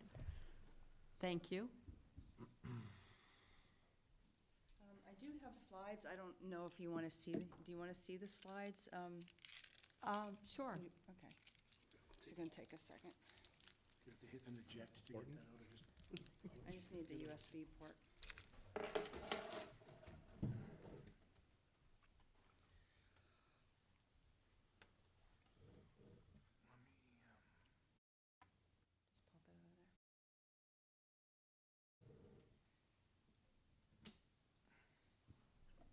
pop it over there. Hopefully it works. You guys are setting the standard high with your own tech expert. Usually we rely on Peter. Yes. Yeah. Yeah, so we're not allowed to use flash drives in the military. If I put that in my laptop, I would be locked out like that. So you have to send the file to your personal account, get your own personal computer, save it on the flash drive. Otherwise, you have CDs, and CDs never save properly, so we all learn to be our own IT people, I think. All right, so I did put together a couple slides here because I thought you might be interested in the emerging contaminants work that we're doing out there. And you've all heard of PFAS? Can you say it? You know what it stands for? Not this late. Polyfluoroalkyl substances. All right, yeah, it's a tongue twister sometimes, especially when you start talking about the individual ones. So PFAS is a group of chemicals, and there's thousands of them, and we focus on two, PFOS and PFOA. And you might have read some recent articles about Massachusetts coming up with proposed standards, and that's for 6 total. So the 2 that we look at, plus 4 additional ones, and they're comparing it or proposing to compare it to a lower standard. And I say standard because right now it's they're not enforceable, but Mass DEP is proposing a standard for those 6 and combining them and comparing to 20 parts per trillion or 20 nanograms per liter. So anyway, we have a number of sites that we're looking at on the base. There's a countdown right there, and I won't go through each individual one. I'll just talk about the ones that are specific to Falmouth here. If you want to talk about some chemistry, we can meet later on. No, everyone's like, no. But these are the 6, and the ones with the asterisks are PFOS, PFOA. They're basically long-chain organic compounds with carbon-fluorine bonds. Dioxane, we're also dealing with dioxane, which is also an emerging contaminant. It was an additive to some chlorinated solvents. It's not as big of an issue. The concentrations aren't as high as the PFAS compounds. PFAS, the 2 PFOS, PFOA don't degrade, and that makes them very persistent in the environment. 1,4-dioxane does degrade, but the concentrations, the starting concentrations weren't that high anyway, so it's not as big of a problem as PFAS.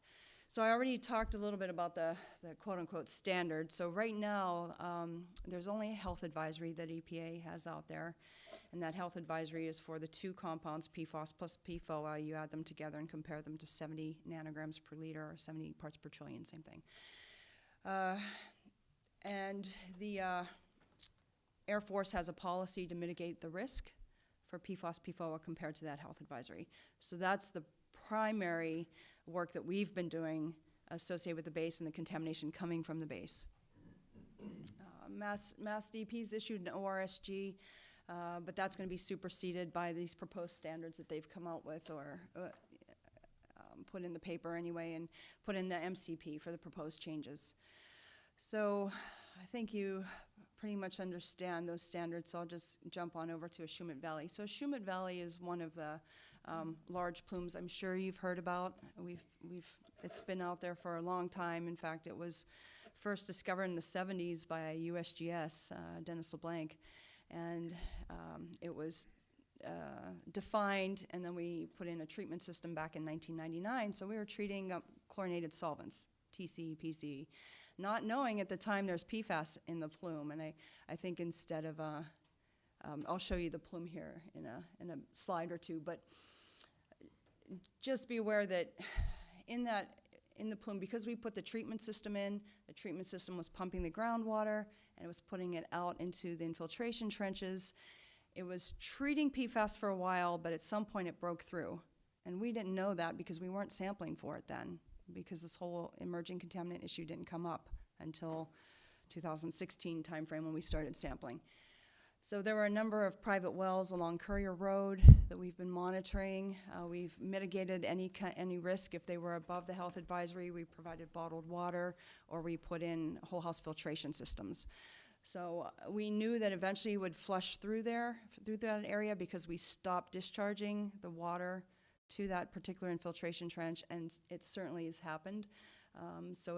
We're always very happy when things fit the conceptual site model that we develop for the contamination. So as the slide says here, 17 private wells were impacted in the past. So currently there are none that are above the health advisory because it's flushed through. And that'll become more apparent as we look at a figure here.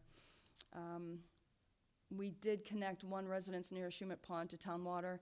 This is one particular street. This was up on the northern part of Courier Road near Shumet Pond. This was one that didn't fit the conceptual site model because the private wells are typically more shallow than where the contamination is in the groundwater. So we were trying to figure out how in the heck this person has PFOS and PFOA in their well above the health advisory. And then we sampled the ponds. So Shumet and John's Pond have PFOS and PFOA in them above the health advisory. And that's why that residence had the detection there, because they were getting pond water. So we eventually figured that out, connected them to municipal water as soon as we knew. But we had already mitigated the risk. Once we found out that it was above the health advisory, we provided bottled water till we figured out what was going on, and we connected them to municipal water.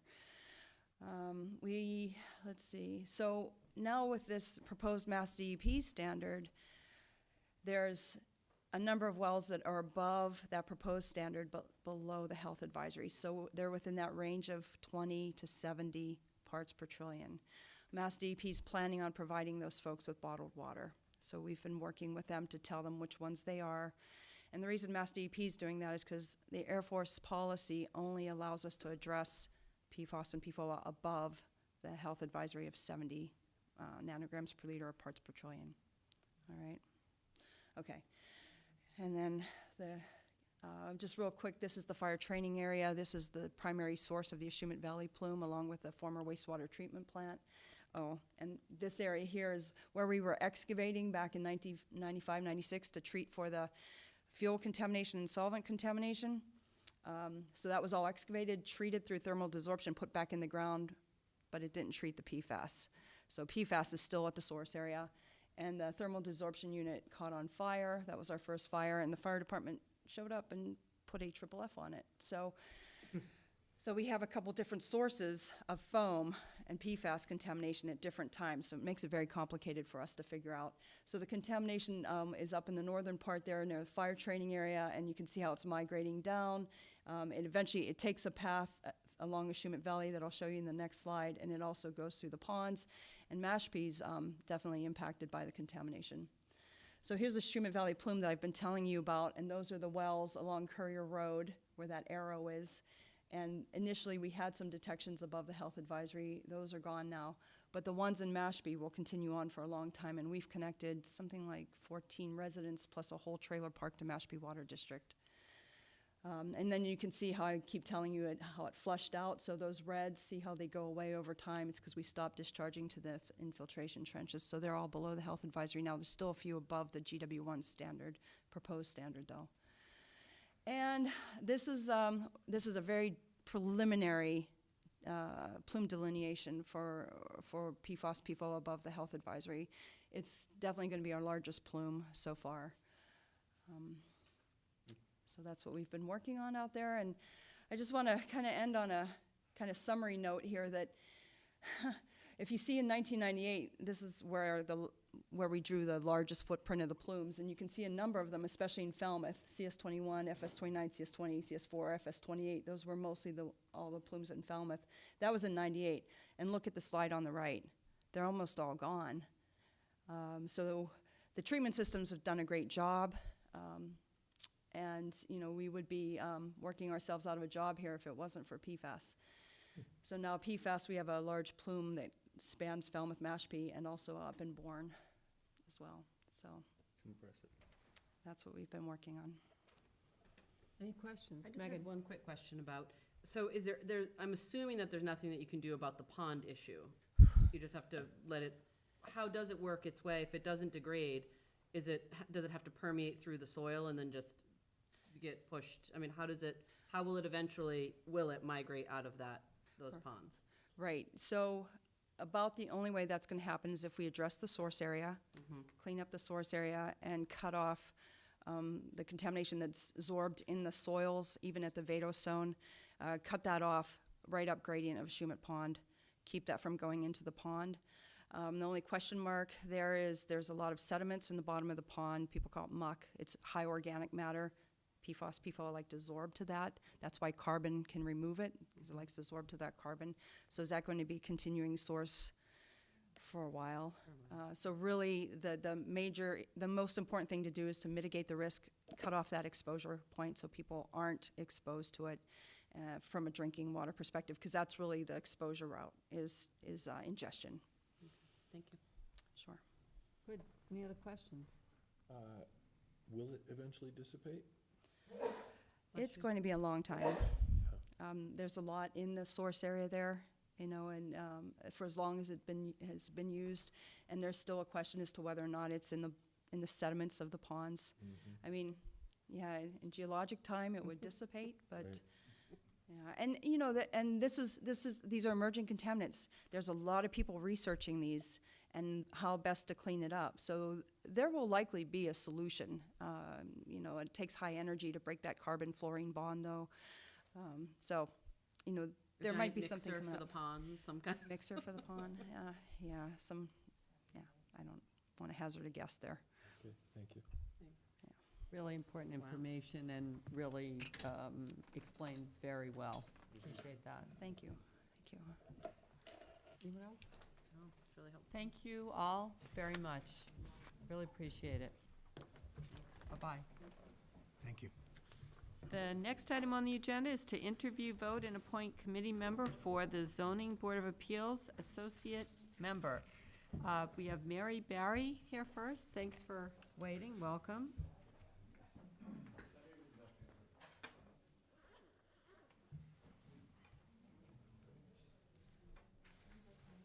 Hi, Mary. Please introduce yourself. Yeah, Mary Barry, Precinct 2. Good evening. Good evening. I believe that I'd be a good addition to the Zoning Board of Appeals. First, I wanted to mention that I watch the Zoning Board of Appeals. I've been to their meetings, I've participated and spoke at their meetings, and I even watch it very regularly and with great interest on FCTV. I have experience working with housing issues. I spent a great many years working for Housing and Urban Development in Washington, D.C. At their headquarters. I've worked with state housing organizations. I've worked with local housing organizations, nonprofits, for-profits, private owners, private developers, almost anybody involved in housing. I'm also familiar with and have researched and read the zoning bylaws. I've also researched and read the 50-year comprehensive plan for the town of Falmouth. I've spent years of my life researching, writing, reviewing, and interpreting laws, regulations, and implementing procedures. It's something that might be unusual, but I rather enjoy. And I think I bring to almost everything I do a fair and objective perspective. My background is analytical, and I really have no agenda. I listen well. It was an amazing presentation. I learned a great deal. And also on a personal note, in 2007, I moved here full-time. I can tell you that I have been coming to Falmouth since I couldn't even walk. And my family history goes back to my great-grandparents who were here.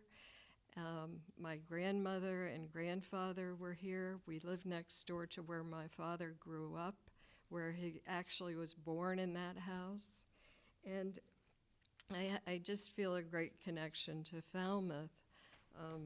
Over the years, I always thought that my bosses should put an office here in Falmouth, and they always looked at me and laughed, and they always said, if that happens, you're not going to be there, I will. So I'll take any questions if you have any. Great introduction. Questions? No, I think you've answered my questions. Very good presentation. Thank And you. the fact that you enjoy it is really exciting and, you know, just exemplary in terms of potential volunteer for a committee. So thank you very much. Thank you. The next applicant is Lenahan O'Connell. Welcome.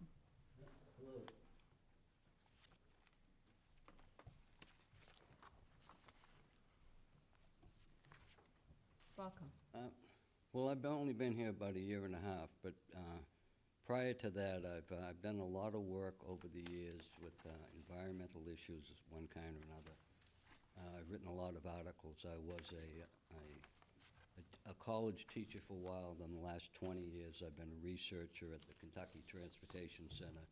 So I'm well versed in the role that housing, development, transportation rules, environmental rules, Section 4F, things of that nature are involved in a lot of these things. I'm also well versed in real estate issues, and I actually wrote a thesis on people who build their own homes, so I have a feel for construction and things of that nature. And as Ms. Beard said, I've been in Falmouth virtually all my life since I was about 3 years old, I believe, during the summertime, and came here every year. My family owns a house in Acapesket, and my brother is part owner of that now, along with my cousins. So I have a long appreciation for Falmouth and the importance really of zoning regulations in creating and maintaining the quality of life here, which the character of the town is fabulous, and maintaining that is really crucial.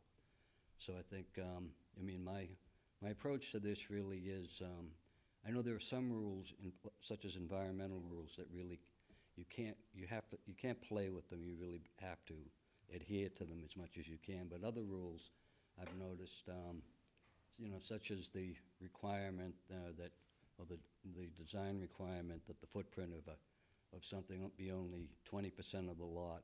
I've noticed that that can change a little bit. There's a little flexibility, and I like the idea of working with people so as to not impose unnecessary burdens on them. I attended a session a couple of weeks ago of the Zoning Board of Appeals, and I noticed that there is a lot of people seem to come back several times over, and it seems like what you want to do is minimize that whenever possible, while maintaining the basic rules and making sure that everything is done correctly. So that's my basic reason for doing it. And it's stuff I've been doing a long time in various ways as a researcher at, I was affiliated with the University of Kentucky, and I taught an urban planning course there to the graduate engineers. So I'm pretty well versed in the various laws and the various ideas. And I read, some of the basic rules and materials. So, and I think I have a good feel for it. And basically, I like listening to people and working with them, and doing public presentations and that kind of thing. I think I'd fit right in. So that's my statement. Thank you. Thank you. Questions? Well, Ms. Barry said that she had read the whole zoning bylaw and attended meetings. That's kind of tough to top. Yeah, well, that's true. Can't say that, but I certainly would, that's for sure. Then you gotta learn them, and then you gotta see the subtleties of how they apply and all the nuances and all of that, because nothing really goes exactly by the book. True, but I really like your comment about the fact that you don't want to see people coming back repeatedly. That's Well, a I could good see where point. that was a problem, just from that meeting that I attended. Well, it can be sometimes. Yeah. That's frequent. This is one of the worst positions the board can be in, which is two really great candidates and one opportunity at the moment. Are there any more questions for this applicant? Thank you. So I think we have to think about, It's also a one-month appointment. right, This is just until June 2019, at which point, either if we made a mistake in the first month, we can go back to the other person. The 1 month grace period. Right. is there anyone who feels able to make a suggestion, motion at this point? Well, Doug? I like both candidates, but I have to respect Ms. Barry's number of meetings that she's attended and the fact that she's willing to read the whole zoning bylaw before applying for the position, so I would nominate Mary Barry. I'll second that. Should you Any other mention the discussion? term ending? Yeah, it's a term that ends Soon. June 30th 30th, of 2019. so you have to reapply. Yeah, please put that application in. It'll be a really Whoever- quick interview, yeah. though. All right, so all those in favor of Mary Barry? Fine. Thank you very much. It was really lovely to meet, to speak with both of you, and sorry for it being a little bit late till the interview, but please come back, and thank you. And please try again, Yes, because there'll be places, positions will open up, and we could certainly use your expertise. yes, for sure, thank you. The next item on the agenda is a request for a sign variance from Compassionate Care ALS at 17 Chase Road, West Falmouth. Welcome. Do you want to come up and speak about the sign?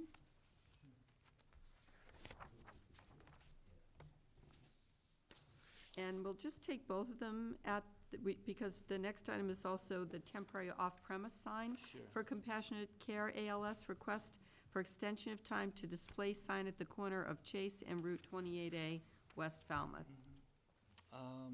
Yeah, the first one on Chase Road in front of the center itself, I believe it's 13 inches by 30. Mm-hmm. And do you have a diagram of it there? Yes, we do. Yep. So it's just Compassionate Care ALS, the Healed Center.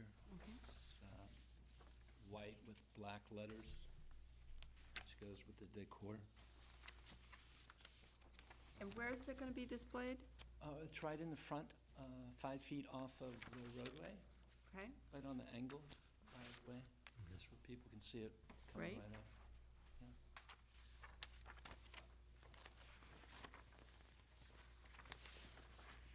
any questions on that one? What's the length of time for that? The length of time? Requested, is this a temporary? That one's, Well, no, this would be that a one's, permanent one yeah. in the front of the building. The variance is I believe, the size of it. Is that, is that what the issue is? That might be the second one, the one that's off premise at the corner. It's probably the size. I think it's the size of it. Yeah. The second one is just having extra time for you to display it. Yeah, the second one, can I speak to that? Please. Yeah, the second one, we had it up for future home up, and the time expired on it. Right. So we took it down. We have another application for the new sign, which I think it's in process. I got you. All right. Okay. And that particular sign, the signpost has been there for as Ever. long as I've That's the been here. Shahom Inn You know, exactly, signpost. thank you. Right, right. So it's the 90s, so, yeah, and it's the exact same size. And again, it's just white with black lettering on it. So, any other questions? Or is someone ready to make a motion? And as far as the time on that existing sign. Yeah. Again, the other one is in process with y'all. So, I would say a couple months. Okay. It'd probably be sooner, but, we'll just replace it with the new one. Great. I don't have any questions. I move approval for both of those variances. Second. All those in favor? Right. Aye. Terrific. Good luck with the project. Thank you. If Ongoing. y'all would ever like a tour, we built something really beautiful there. Okay. Right near the bike path, too. Thank Pardon me, you. Madam Chair. For Please. the minutes, did we need the name of this gentleman? Ron Hoffman, sorry. Oh, sorry. Excuse me. Yep, Okay, very good. very Thank you. good. Good catch. Thank you. Thank you so much. Thank you. Thanks for coming. The next item on the agenda is a vote to appoint a member to the Board of Registrars. Edward Skip McCormick. Welcome. I'm just gonna recuse myself for this vote. I'm the chair of the Democratic Town Committee. This is for the Democratic Registrar. I don't gain anything from that position, so I don't think it's a true need for recusal, but I'm just going to anyway. Conflict of interest. Yeah, I don't think it's a conflict of interest. Great. Hi, welcome. Good morning. Good Good morning. afternoon. Good Good evening. evening. Evening. We feel that way too. Why do you want this job? I have been actively involved in politics all of my life. My family is involved with politics. And I was asked by the Democratic Town Committee to apply for this position, which I am happy to do. I have 40 years of experience as an attorney. I'm now retired from law practice, but I am very knowledgeable about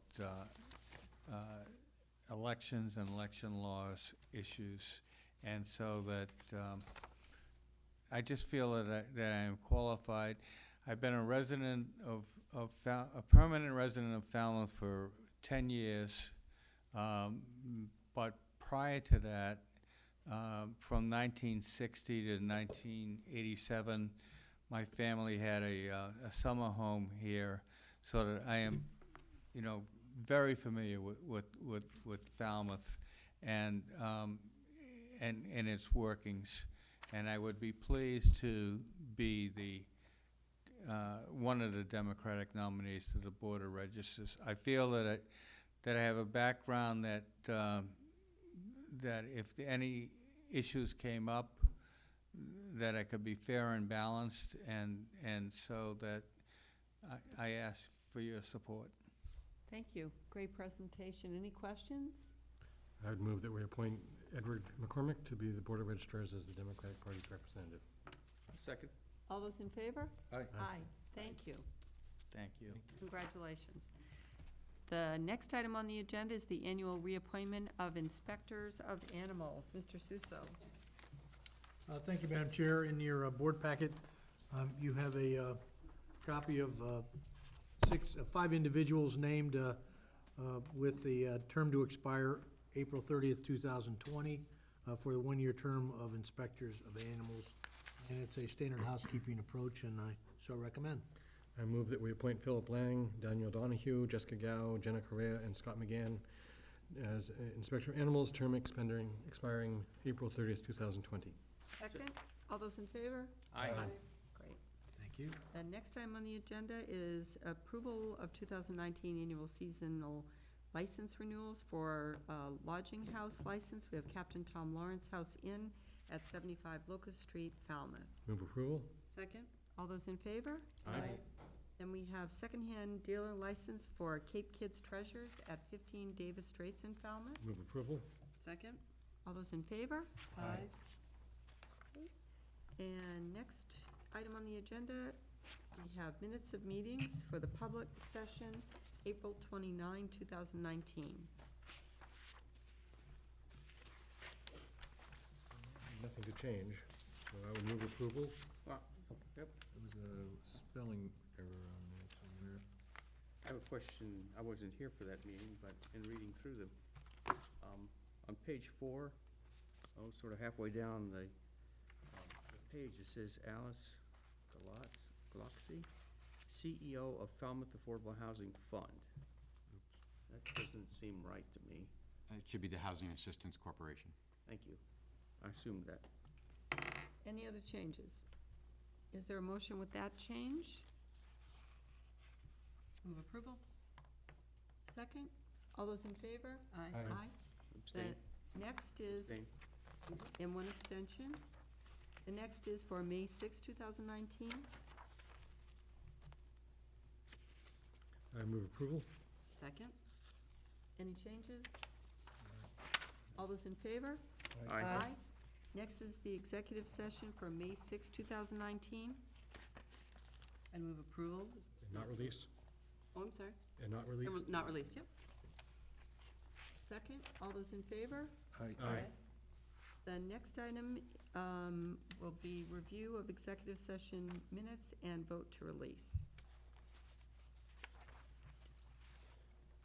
Okay, for the executive session, we actually have two different sets of them. I was gonna And are we ask doing for that the- collectively, or do we need to do them separate? I think we need to do them separately. Let's do them separately.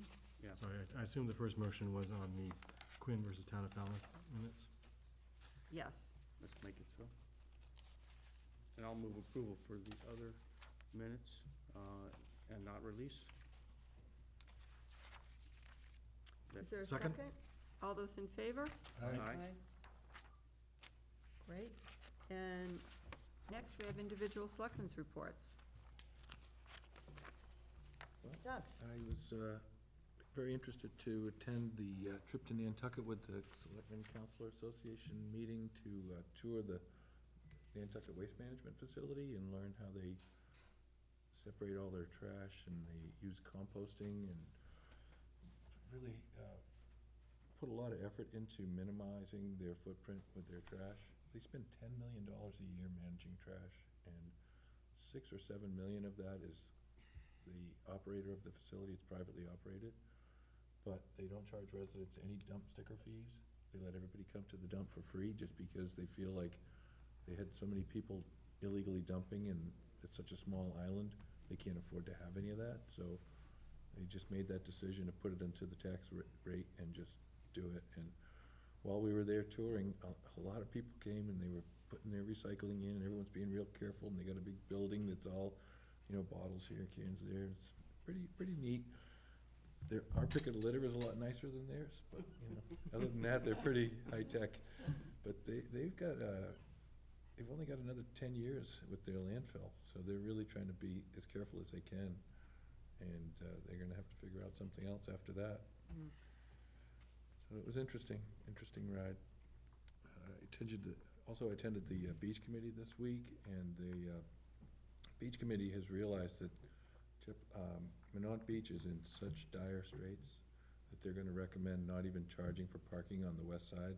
They're just gonna recommend that be a resident side parking only, because to invite people to come here and pay to park in that lot seems a little unfair, the current condition of it, so that's the current state of affairs out there. So that's it for me. Gonna be some attention given to the beach as well. Right. And that structure on the beach, I know we're working towards a big project, but geez, we gotta get that thing out of there. It's getting worse and worse. The rebar is sticking out of it. It's more dangerous than ever. We're gonna have to take extra precautions this year to fence it in. You know, they put that orange fencing around it. Might have to do something a little bit more. There's a plan from the engineers to address all of those issues, so, Right. but you're right, it needs attention. Okay. Sam, anything? Yes, I attended the VIPS recognition dinner on Tuesday of last week. I think VIPS still stands out, along with the service center, as one of the highlighted examples of Falmouth's really orientation toward community, supporting each other as a community. It's always really neat to see and hear about some of the contributions that individual citizens makes to the education of our students. The other thing was the police officer recognition ceremony on Friday, and Megan did a fine job of really thanking the officers for the support they give for people of various needs, including the opioid addiction, and the dedication of that new memorial to the police officers that serve us every day. So those are the two things that come to mind. Great, Megan? Yeah, just briefly, I was able to attend that ceremony, as Sam noted, and he made some great comments, as well as Julian and Chief Dunn. And just a really good turnout. We saw just a lot of folks who, I think it just speaks to how much people care, not just elected officials, but a lot of people from the town that were there. Nice. And DPW did a phenomenal job, Parks did a phenomenal job. It looks, I know we moved it because we sort of had to with the projects, Yeah. but it's finally the type of memorial we probably should have had in the first place. Agreed. It's really nice, so I encourage folks to take a look at it. And once we start seeing some of the names of officers on those stones, I think it'll really hit home how important that is for the community to look at that. The other thing I would just say is maybe for a future agenda item, I would love for us to, as a board and as a town, just talk a little bit more about composting, about what's happening and what we could do and how we can embrace that, because just an enormous portion of our trash for folks who don't compost, it's food product, it's things that could be composted. And so we're not quite in the same position as Nantucket, but we're in a pretty tough position in the sense that we're gonna have to be looking for some other alternatives in probably that same time period for what we're gonna do. And the more we're not putting into our, our trash stream, the more we're able to pull out and kind of divert in a different direction, particularly with composting. There's so many good things happening already in town, so people can talk about it. So I hope that we sort of think about that issue and just get some more awareness around it. So that's it. Oh, the one other thing, June 8th is Day of Portugal. I think everybody here should have received their invitations. My name is wrong on it, but I didn't want anyone to reprint it. My name is still English Braga, not the other way around. But it's going to be a wonderful day. I hope folks will get tickets and come from the community. Such a good event for kids. The folkloric dancers are there. The food is wonderful. And it's a great event. You don't have to be Portuguese. It's just a fun family event. So that's coming up on June 8th. Always a good time. Yes. Excellent. Doug? State of play, too. Yes. Mr. Suso, Town Manager's Report. Thank you, Madam Chair, members of the board. I just wanted to update that our office manager, Diane Davidson, has advertised for interested parties to apply for the position on the Edward Marks Building Advisory Committee, which the board has created recently. Applications are due by May 24th, and the earliest date for interviews would be the upcoming Selectmen's meeting on Monday, June 3rd. More to come on that. The police memorial event was noted. I was delighted to participate as well. Senior Center construction continues on schedule. Primary elements are now in place, and those of us took note of the amazing pace of the construction. As you can see, the signature eyebrow window facing the police memorial, and all the other elements, the physical structure being in place. Also, Selectman Patterson reminded earlier about the Memorial Day, the annual service upcoming on Monday. We all look forward to that as well. And just another reminder for selectmen participating in the procession from Town Common that is anticipated to step off at 9:45, and generally we arrive close to 9:30 to do that, to be at the library lawn by 10 a.m. for the service to begin. Also, a couple other items. The board may recall Ray Jack's presentation and then the unfolding of the water line work, which is well underway, as we're aware, primarily along Route 28, working east to west. At the time of Ray's presentation, it was noted that he might be requesting that we permit construction to continue until middle of June. They are making extraordinary progress.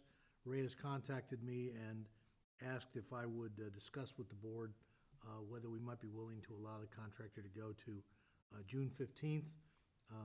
The Falmouth schools are still in session at that time, and being able to do that based on the progress they're making would allow the contractor to be to the intersection with Sandwich Road, which would be very, very strategic to have that milestone achieved before we shut down operations. And I would respectfully recommend that to the board, allowing that to continue until June 15th. I think it's been handled quite well, and I think it'll serve the public well to keep the progress going. But I would seek your concurrence if that's the desire. So is of the there any board. formal vote required that could come within this agenda, or do we have to wait for that, or is this informational? Yeah, it's informational. I would just ask for the concurrence of the board in general, not necessarily a vote, but if there's a concern, we could schedule a vote on June 3rd. If there's a general consensus, I'd be happy to move that along and just indicate it as town manager that we desire to have that progress continue. And my understanding is it's not that we're slowed down by it, it's that we're actually moving so quickly that we can get way further than we thought we could and get to a really good ending point, as opposed to we're not working as well as we absolutely true, yes. Yeah, we could reach that strategic milestone, and as you recall from Ray's presentation, the hope was with a high-quality contractor that we do have, that we could move forward and maintain that momentum, and therefore, generally speaking, minimize the aggravation to residents in terms of the calendar. And obviously, that's what we've been able to achieve, and we'd like to keep that good momentum going, and then get out of everybody's way by June 15th. Probably be some cost savings too, since you've got all the equipment right there and. Indeed, there and would be. Keep going. Megan? So, I mean, I think it's a good idea. I just think probably for just being buttoned up and doing what we need to do, it probably should be on an agenda, just because, you know, you want the public to know if they feel like they want to weigh in. But I agree, it's before schools, the public schools in Massachusetts won't be out Right. yet. So that big influx of summer folks coming for long periods, you know, the weekday time really won't be here yet. The only issue is I think our approval was to Memorial Day, and our next meeting is a week after that, so to continue beyond Memorial Day would need to be done. And I think there's an, Yeah, it's not absolutely required that the board Yeah, vote on this. that was really the focus of my question. It's really the town manager's purview, and it's more of an informational. Just asking for the spirit of the board in terms of your thoughts as input for me, if that would be agreeable. So I kind of prefer a consensus today. I think the other side is, you've got resources that are Marshall, and then there's the uncertainty, and these are private contractors. If they were smart, they'd pull them off and put them on something else, so why not keep them focused and efficiently move forward to kind of close this project off at a good point? Yeah, no, that's great. As long as we don't require a vote, I just, you know, if we did, I just wanted to make I sure. would have preferred that too. Yeah, absolutely. Whenever we can work with the contractor to make the contract more effective for them as well, why not? You know, Yes. try to be helpful. That might help us next year when they come back and be in a good spirit. Thank you, Great. thank And you. did you have something about a tree, or no? Yes, a couple other things. Thank you, Madam Chair.